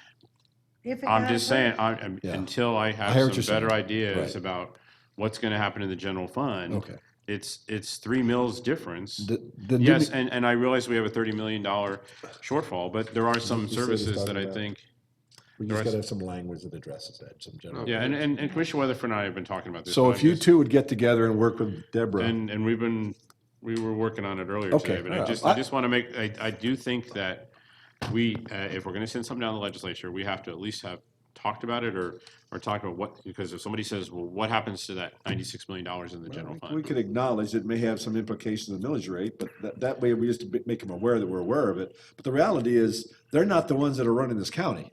No, but I mean, but we are, and I and don't if think that's there's what certain Commissioner I was trying to services. say. It's just that we have an impact. We're taking, I know, we're taking 96 out of, and No, but are we if- gonna, but- are we but gonna if we lower the have- millage rate? The But if we have police budget is services- 70 million. well, he's now. talking about the proposed. No, I'm looking at the 90. 96, I'm looking at the Yeah. 96.1 million that Bill That's has on here, 19 okay? proposed. Right. So the issue is, That's if we not in have the budget. services, I mean, we're having this discussion in a retreat about services that we may or may not think that we should continue to do. That whole discussion will just completely go away, because all of a sudden you're gonna say, oh, we have $96 million, we don't have to have the discussion anymore. No, I think that gives the board the flexibility to roll back the millage. It also does not preclude us from using what we've done in the retreat to eliminate either redundant, unnecessary, or underused. We can put language like, it is the intent of the board to, to roll the millage rate. if Right, this is and it. that's all I'm We can saying say is that I think that No, that's what we we have to, discussed. and that's what we've been talking about, Okay, because I alright. think that they have to know Okay. that we're not just looking to get $96 million Right. more. I don't think that was ever the intent. Well, We- there's We would been, never sell that to the taxpayer if we tried to do that. It would when never we happen. put it on the referendum. it Well, would be there's a that. whole lot of them that think that, if you Well- read your emails. And Well, so, there's you a know, lot to of get- to your self-proclaimed subject matter experts that think they To know your this better point, than we Ms. do. Yeah, but to the chairman's point about how well we handled the senior services thing, or the Yeah. senior fees, Well, we're getting out there in front now, having this discussion early. Yeah. yes, well, I'm just saying that before Well- we send something down there, If we were to, we have a maximum, we're only one of 3 counties that do not have over 6% sales tax, correct? Yes, sir. And you can go up to a maximum of 8, if I'm correct. Well, I was just in Fulton yesterday in Yeah. Alpharetta, and Yeah. I paid 8 cents sales tax, 8.5. but some of the discussions I had on transit things, the legislature can write into or the legislation, if it's general law, not local legislation, that a 1% doesn't count towards your, because you can only have Okay. 3. 8 or more then. Or, yeah, yes, sir. I But what mean, I'm saying is, if some that would say this is a $138 million tax increase, the T-Splosh that we have would also be considered that as well. And what would happen if we did not have the 1 cent DOT transportation? Our current right? splost, Splosh, yeah. I mean. That would have obviously to go back to where? General fund. Correct. So, to me, I submit to you, if we don't have it, it's a tax increase, because we'd have to raise a millage to cover those expenses. Exactly. The same thing happens here. We either pay for it with millage or we pay for it with a consumption tax that everybody pays. And some argue it's 20, 30%, whatever from outside. But I know with the attractions, the economy we have, the battery and all the other things, there'll be a lot of people helping us pay for this. If we do a millage increase, only the residents of Cobb County and the homeowners and the property owners pay that.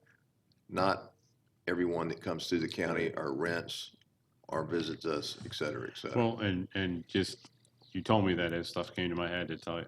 All right, one of the things that possibly, Scary thing up there. yeah, I know, yeah, right.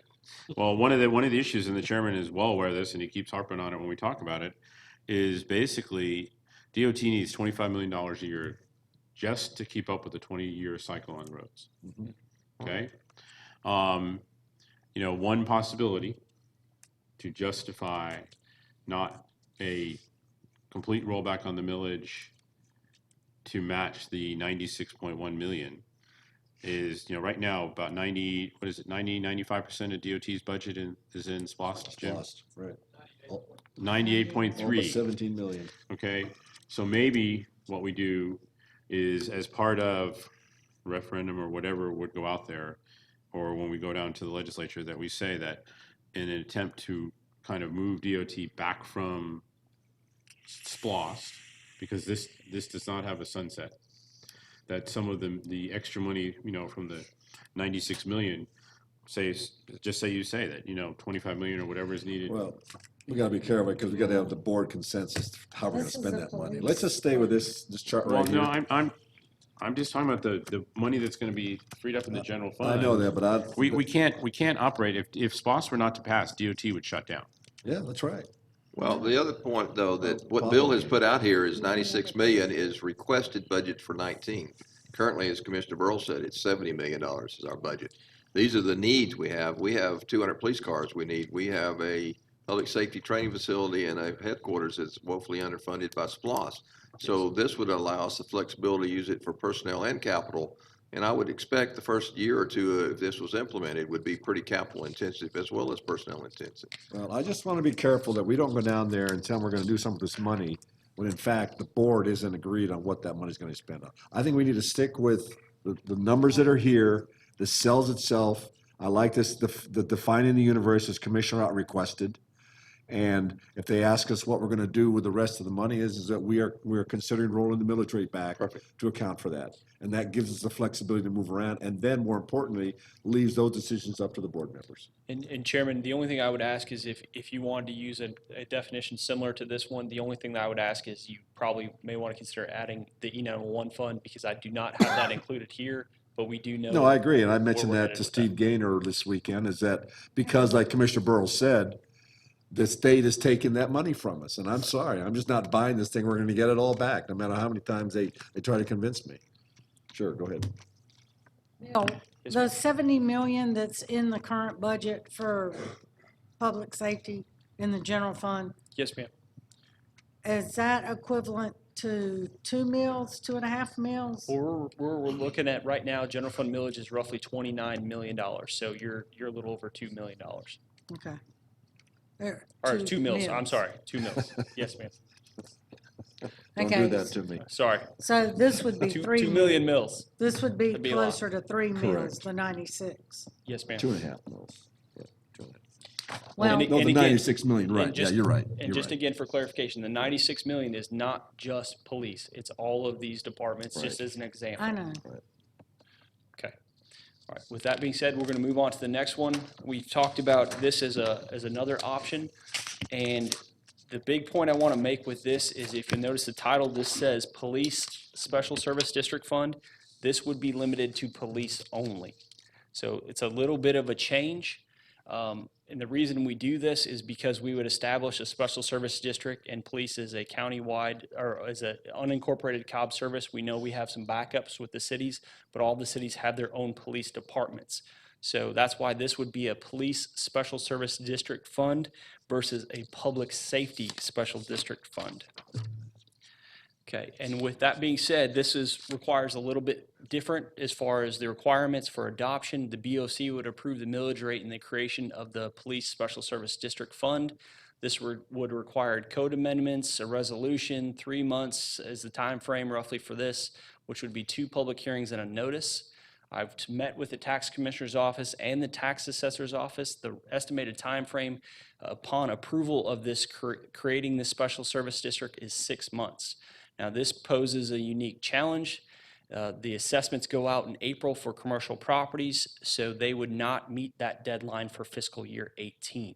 After speaking with them, their preferred time frame is if we wanted to move forward with this, they would prefer to have the information in October of 2018, so the beginning of our fiscal year 19, and that would give them plenty of time to establish the district and do everything that they need to do to create a consolidation sheet when then we could establish the millage. The reason I say consolidation sheet is because without defining the boundaries and going through and creating that sheet, it's hard to calculate what the exemptions would be. Now, this would be similar to the fire fund where the homestead exemptions would not apply, but there are other exemptions that would.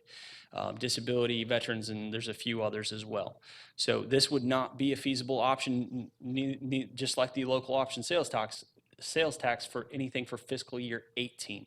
This would be something that we would be looking a little bit more long-term in the future. And just to give you an idea, the requested budget for 19 for Police, including vehicle, or not including vehicles, is $81 million. And then we talked about you have an additional $5 million for police vehicles, is what is currently out there right now. This would be paid by the unincorporated Cobb County property owners only, because obviously we would not tax the cities because they have their own police departments. And again, said this would not be eligible for the homestead exemptions. And what we would do here is establish a millage rate. Now, one of the things I would want to point out is that the millage rate in the general fund we just talked about was roughly $29 million. The millage rate for the dollars that would generate from 1 mill in this fund would be significantly less because it's not the entire county, it's excluding all of the cities, so you have a smaller base. So without having the final consolidation sheet, we can't give you the exact number, but just on the back of the napkin, you're looking at 26.5 million versus 29 million, somewhere in that range. You could range up to 27.5, but you can see you're still looking at a significant difference between general fund millage, 29 million, or even at the high end of this, which would say, 27, 27.5, you're looking at a significant reduction in revenue. So a millage shift, just a straight millage shift, you'd be losing tax dollars to the county. And we'd be looking at roughly to generate the $85 million in the district, you'd be looking at 3+ mills, probably somewhere in the 3.2, 3.5, 3.7 range would be what would be required to support this fund at a budget of roughly 85 million, just to give you an idea. Now, If we agreed on the 85 million. that's correct. That's if you agreed on the 85 million. And again, these are very rough numbers, not having the final consolidation sheet, which would change possibly the value of the mills. But that's just to give you a ballpark range. Well, you're telling me the 6 cities would only have an impact of 3 million to a millage rate? Because I mean, there's a lot of 3 commercial in million there. per mill. Pardon? 3 million per mill. So when you're looking at the general fund is got, a millage rate of 6.76 mills, and we generate a significantly lot more than $29 million, obviously, for that. I mean, you're looking at $182 million roughly at 6.76 mills. It's just ballpark. This, obviously, to generate 85, you'd be looking at basically half of that. It'd be pretty close. But some of the other things too is that with a special service district, and this would be another additional facts, that the House Bill 49 payments that the county makes to the cities would be dramatically reduced, because a lot of that is because they have police departments and their citizens are paying the general fund portion that goes towards police. You're exactly right, and I was actually going to get to that, and because this would have an impact. Our current House Bill 49 agreement, we do pay for duplication of services because we collect within the general fund to support police. So part of the amounts that the cities receive annually is based on that duplication of service, the vast majority of which is police. So if you began collecting out of the special service district, that would have impacts on your House Bill 49 discussions. Even though you're not collecting from the cities in the special service district? That's They're just correct, because what we're unincorporated? paying them out of the general fund as if we were collecting for police. If we stop collecting for police, then that longer would have that impact money. the amount that you could potentially owe them, because you're right. Currently, we're collecting for, let's use City of Marietta as an example, residents in City of Marietta or property owners in City of Marietta for police services. However, Marietta has their own tax for police services, so there's a duplication there, which Marietta gets basically a payment annually as a result of the House Bill 49. Do you know what So, approximately that is? It's still a million or something, isn't it? per city, No, I know what it is. in for some all of the cities. 6, I think Well, it's an it's about escalating scale. I think it's around 5 million. Well, I think this year's budget is 8 million total, right? For the Well, House that's Bill for Parks 49. and Rec and everything else. Right. I'd go back and look, but So I $4 was to thinking it was $5 million closer to for $5 million. police is what you're saying. Yes, sir. But No. either way, the vast majority of the payments out would be because of the duplication of police services being that's the biggest area that we have Now, duplication. the other thing is, and when you and I talked about this, that some of the police budget is paid for, currently, is paid for with the insurance premiums, which I think you said Yes. is about 28 million. That's what I'm saying. Yes, Can you talk, Mr. Chairman, Sorry. can you talk about the insurance premiums? Yes, we do have insurance premium tax, which right now is designated for public safety. It does have options for other uses, but that could impact the amount of millage rate. If you wanted to shift that money, that revenue from the general fund to the public safety fund, it would reduce the millage rate required to support the 85 million or whatever the agreed upon number was at the end of the day. But then you, again, will be taking, that millions of dollars, or I think we said 20, Yeah, you think 20 you said plus around 20, million yeah. out of the general fund and shifting it over there. That's the intangible tax. No, this is the insurance premium tax. We get a check one time a year for the insurance premium tax, and it's been growing, but you're $20+ million a year of revenue into the general fund for this, which is currently being designated towards public safety. There's other uses it would be allowed for, but if you wanted to shift that over, that would be a legitimate source. Why would we lose that? Well, you know, If you shifted it over. yeah, so the idea is that it's currently being used to fund public safety. Oh, I see what you're saying. And so if you moved public safety over to special service district and you moved it over there with it, then instead of the 3+ mils that Bill said earlier, Yeah, you're now looking at closer to what the fire fund is, you know, somewhere below 3. What you're really telling me is that out of our $70 million current budget for public safety, for police, For police. we're getting 30 million from insurance? $20+ million for So we're insurance premium getting tax. 28% of our funding for police from somewhere else already? Yes, it's designated to go to that. We It's not designate it. required, but it's the way the designation is right now. Right, so, yeah, so the general fund is not paying the whole 70 Yeah, I was million. gonna say, so, Well, it goes it's into the coming from the general general fund, though. fund, but it's not being supported by a millage rate. yeah, right, okay, all right. So that's the distinction. But the significance is that if you take that 20 million plus whatever and you go move with it the with it, Right. it helps keep the millage that you would need in a special service district Oh, I see. down. Right. And then Yes. if you add in the Right. House Bill 489 Right, money that you wouldn't have to pay, right, you know, $5 million a year, which is scheduled to get up to 12 million a Right. year Gotcha. total. What happens is you start getting down to a more reasonable millage rate for police, right. which would be comparable to It fire. would offset the losses we take from other areas. Right, yeah, because right now fire is 2.96, and so you would be very close to that same number for Right. police. Yes. Okay, I get that Yes. part. So, but the key point here is, again, this would be something we're looking at more for future fiscal years, because it would not have any benefit for us for 18, based on talking with the tax commissioner and tax assessor's office. One of the unique challenges about this fund that we'll want to consider is, just like any other property tax fund, if we didn't move, as Commissioner Ott talked about, the insurance premium tax over, you'd have basically zero revenues in this fund until August. So if you did it for the adoption of fiscal year 19, you'd have public safety expenses starting October with no revenues or cash to pay for those in this fund until August. By moving the insurance premium tax over, that will buy you some more time, and it could be included in our TANs borrowing. So there's a way to bridge the gap, but just something to keep in mind based on our tax collection cycle. Well, the real issue is that for 2019, we're still having to fund this out of the millage rate. Out of Yes, the general fund. because Because both of these don't come into play until 19. That's correct. You won't know even if the legislation passes for the old laws and the referendum were to Right. go before the voters, you're looking Or at this. November or this. Exactly. So Okay. that's all I wanted to lay this out, to let you know the time frame of these and what we need to look for if we wanted to implement either one of these options in the future. Okay, all right, we got Okay. that. All right. Thank you, sir. Any All right, questions? I think we got it, we understand it. Okay. Thanks for nothing. Happy to help. Probably.